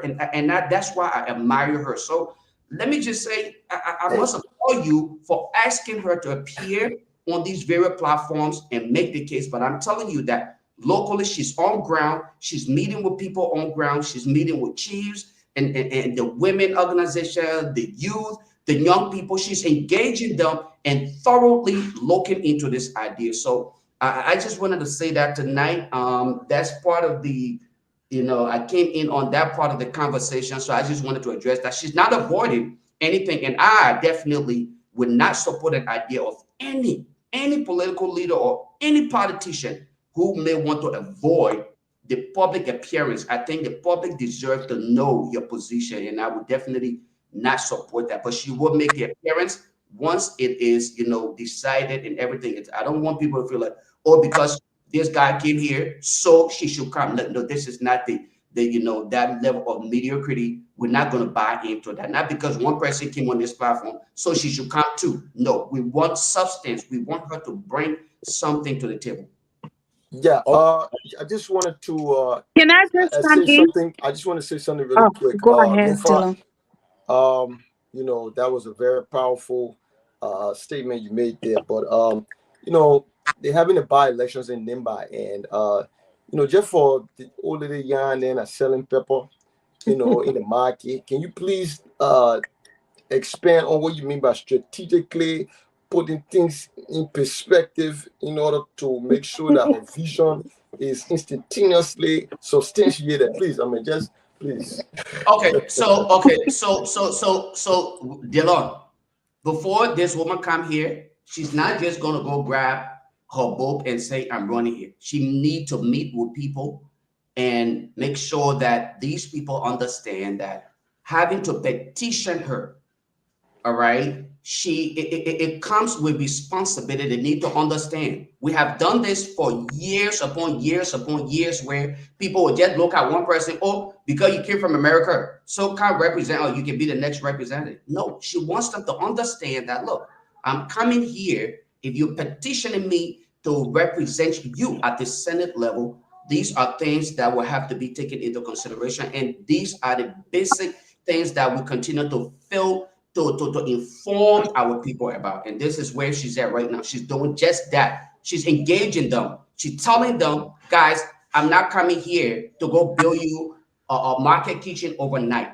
We need leadership, and leadership is not overnight projects where you are rushing to do something to make people to feel like, oh yeah, this person is impactful. She wants to make sure that we understand that true leadership comes with a lot, and it comes with responsibility. So the fact that she has been petitioned by the elders, the fact that she's been petitioned by the kids, the fact that she's been petitioned by permanent members of society, she also wants to give them the opportunity to sit with her so that they can thoroughly go through all of these different things and make them to understand that. Okay, guys. I'm sorry. Thank you. A lot of time, but I would like everybody to do the closing so we can. Somebody said, "Lofa, you ready again?" Gotta prepare for. Let me say this. Lofa, tomorrow have a $200 when Koga appear. I give it to the $200 you give him. I give it to the guys in the studio. Koga myself talk before the show. He'll be on the show tomorrow as our guest. So I just hope you have $200 tomorrow. Let me give it to my guys in the studio. He said that if I bring him, we get $200, so it's clear. Well, let Koga come on. When is he coming on? Tomorrow will be our guest. So okay. Let's get a closing comment so we can get. I won't go study for Koga good. Yeah. Let me just close and leave. Once again, it was nice being here, and I will be back tomorrow for the interview with Koga. And I want to say something to Lofa, but we're concluding, so we'll just leave it. Address it. My mom issue, but hey, thank you guys for watching, and we'll see you guys tomorrow. Call me in the back. We'll talk about that. Whatever you want to talk about, we'll talk about it in the back. Start acting over here. All right, great show. Let me just do my closing. Great show, great discussion. I know, like Lofa said, it's a lot of preparation in order to get in a race. Like Nimba County race is not an easy thing, especially when you are going against, the government. Because I call Koga the government representative, so it's a lot of preparation. But I want to talk to my brothers and sisters in Nimba. I want them to, do the right thing for Nimba County. It's about time. It's about time that they do the right thing for Nimba County. They need somebody over there that will represent them, and I think Ide can do that job for them. And we are hoping that when she gets there, our hopes will not be dashed, which I don't think she's gonna do. We are praying that she would, live up to the expectation of the Nimbayans. Don't think that because Koga jumped over Prince Johnson's body, so he automatically the godfather of Nimba County. No, he's not. As a matter of fact, he betrayed Nima, he betrayed Prince Johnson. Anyway, we're not even going to that politics again. But we just want to admonish you guys to make the right decision, and and put somebody over there that will, have a good face of Nima County. It was a great show. Thank you, guys. Thank you. Okay. Delon. Okay, Delon, yeah. Yeah, not Dennis now. Delon. Yeah, but yeah, man, you know, He love let it go, father. And then when you jump over the body, lady. Yeah, I've never seen that before. You know, All right. Yeah, I don't understand it, but yeah. So like I said, we're hoping for a better Liberia. We've seen a lot of people come and a lot of people fool our people. At the end of the day, they are truly in the whole process for their own benefit and their own gains. So yeah, I would just like to encourage my brothers and sisters, Liberian brothers and sisters from Nima County, to please look towards the candidates, look at their past record, look at what they've done, look at what they're capable of doing, and vote based on integrity, vote based on the proper virtues, and make sure that the person you're voting for is capable of delivering on what they are promising. And by us being conscious and aware from county to county throughout the country, we'll start a new revolution, a revolution of change, a revolution of growth, and a revolution that will lead to progress and prosperity in our country. So it's today is Nima County, tomorrow maybe Lofa County, day after tomorrow could be Grand Jita, but this could be the beginning of something where our people are more conscious and make a decision not based on who brings the cup of rice, but who can actually deliver. Thank you. Okay. So I'm gonna go ahead and just give my closing, and then I'll kind of get it out. But let me just say this again. I think it was a great show. I followed throughout the conversation, and I just want to close on this note. Liberia is bigger than an individual. We cannot consistently follow this tribal politics. This is part of the reason why we are where we are today. Over the past few years, it have always been about tribal lines, okay? And we have not seen ourselves grow beyond that. It's about time that we start to look beyond that, political idea of tribal lineage. We can go beyond that. Let us look at competence. And when we are bringing people to leadership, I think these are some of the things we should also consider the characteristics of people that we are bringing to leadership. And this is why I know people are saying, but you can't speak Gio or Mano, but you want to be a part of Nima County politics. But guess what? At the end of the day, I'm a Liberian. Okay, I could go to Nima County and I will still be seen as a Liberian. I could go to Lofa County and I will be seen as a Liberian. When Madam Edith Gongloe is elected to the Senate, when those are passed, it's not going to simply say only for the people in Nima County.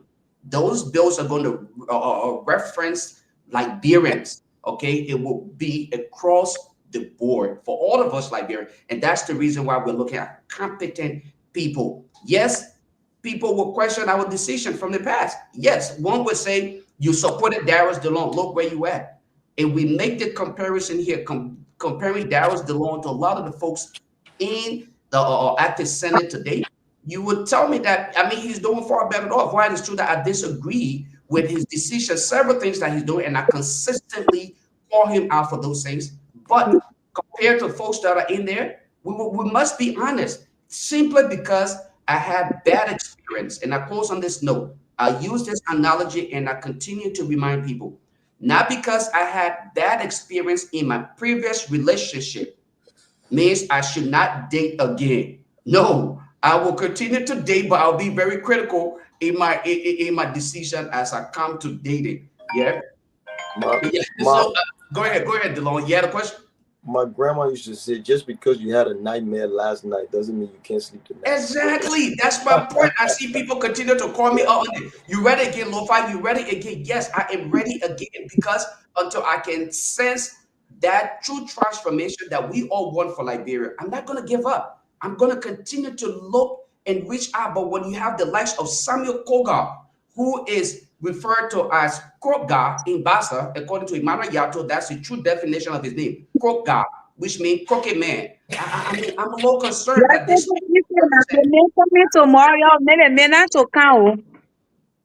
So let me I do my. close on that note. Not because I had a bad relationship previously, I would not date again. I will continue to date until we find good leaders in Liberia. Let me do my closing. And in my closing, I just want to say I disagree with Lofa. And I'm not saying you shouldn't date again. I can't control whether you did again or not. But I don't think that because you had bad experience with one person. Now, so you trying to tell them? Yeah, I don't think I don't think because you had a not too well experience, you shouldn't indulge. I think you have a right to do that. But I would not agree that Dylan is one of the best. Right? No, he's not. Dylan is a pathological liar. He has lied his way through these elections, and God bless the heart of the CPP. God bless the heart of many in diaspora Liberian who supported him, because without the CPP and in that moment, Dylan would not be close to where he's at right now. And he's lied. Everything he's done was lie. And so I would not take a guy who has lied his way through everything he campaigned off. He has given excuses as to why he did certain things he said he wasn't going to do. He's lied his way through a lot of things. So no, I don't think he's close to being one of the best when it comes to truth teller and whatnot. Edith, for me, I don't know her. I won't speak on her person because I don't know her. What I would say is that she needs to start speaking. If she wants to compete, and if she wants to give this guy his run for the money, she needs to start talking right now. Okay, Edith is not no household name in Nima.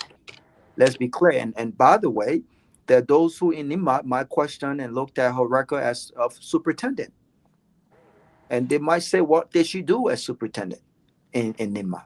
What did she do for the people in Nima as superintendent? So she's not a newbie. She's not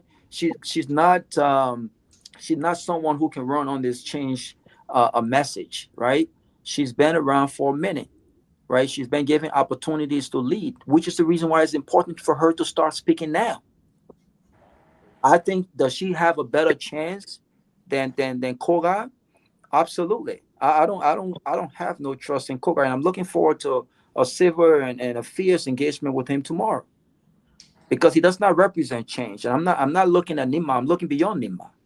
I don't want Togar as a representation of Liberia when it comes to a constitutional matter, when it comes to doing the right thing. No, I don't want him speaking on behalf of me. And maybe he can be given the opportunity to tell Liberians why I'm wrong, right? But Edith should speak up, and she should start speaking now. Those who are handling her potential campaign, they should understand what she's dealing with here.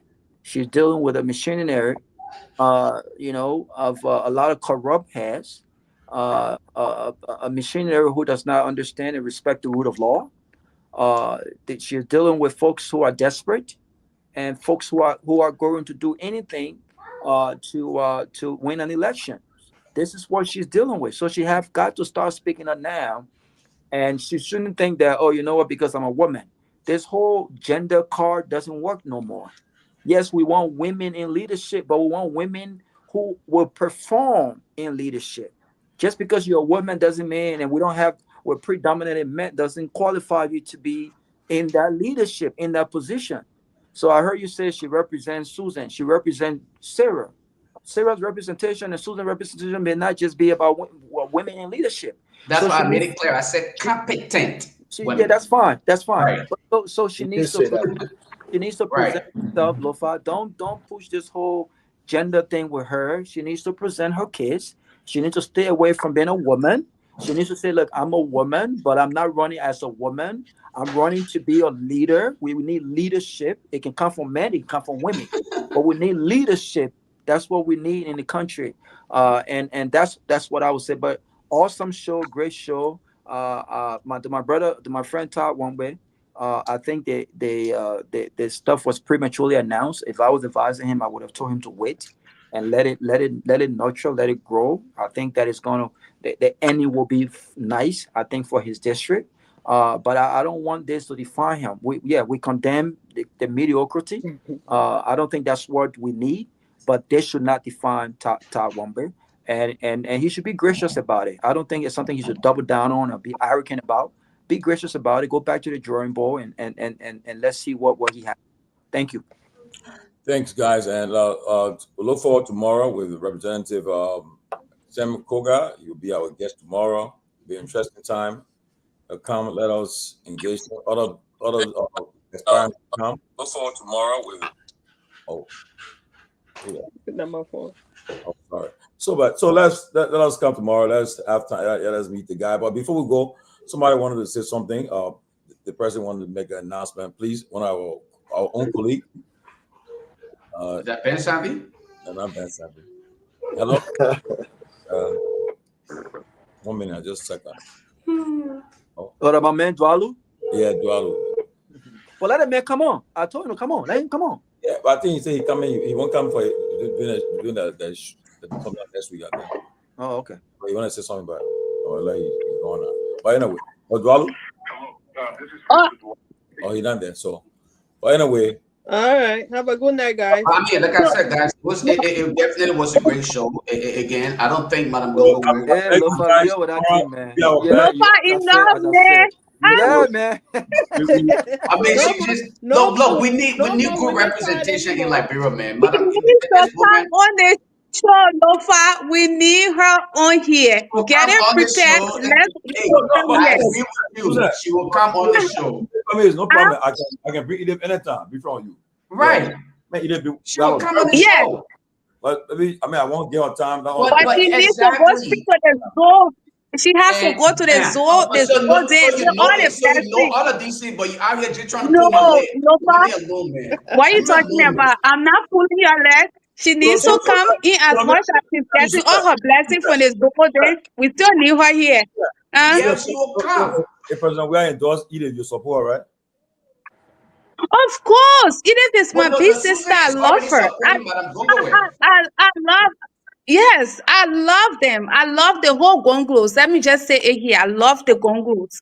So Edith is somebody I'm supporting. I love Edith.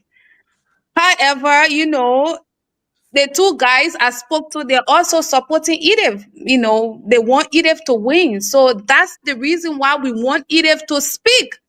By the way, but Mike and Arthur Sunday. Not just Gongloe. I say when Gongloe. Oh yeah, she's now Gongloe. Yeah. Mike said his appearance on the show last week.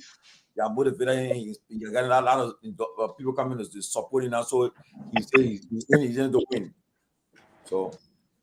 I saw the interview with Mark. Like the camera was not set up in a proper way. Like when these guys are coming here to represent themselves, they have to come prepared.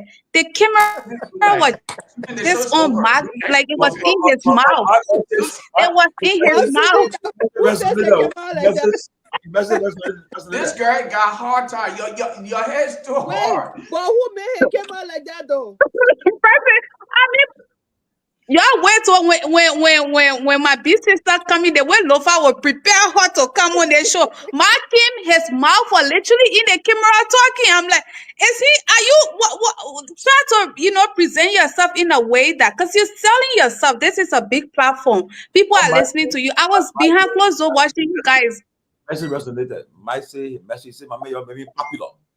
Everybody calling my phone now. So I say message and good thing about it. On live in that they get the coverage very wide. So but the interview was very nice though. I listened to it. Mark did well. Please, if you got it. I think he got a good idea. Yes. I need to talk to you. Get on. Okay. All right, guys. I'll give you a call.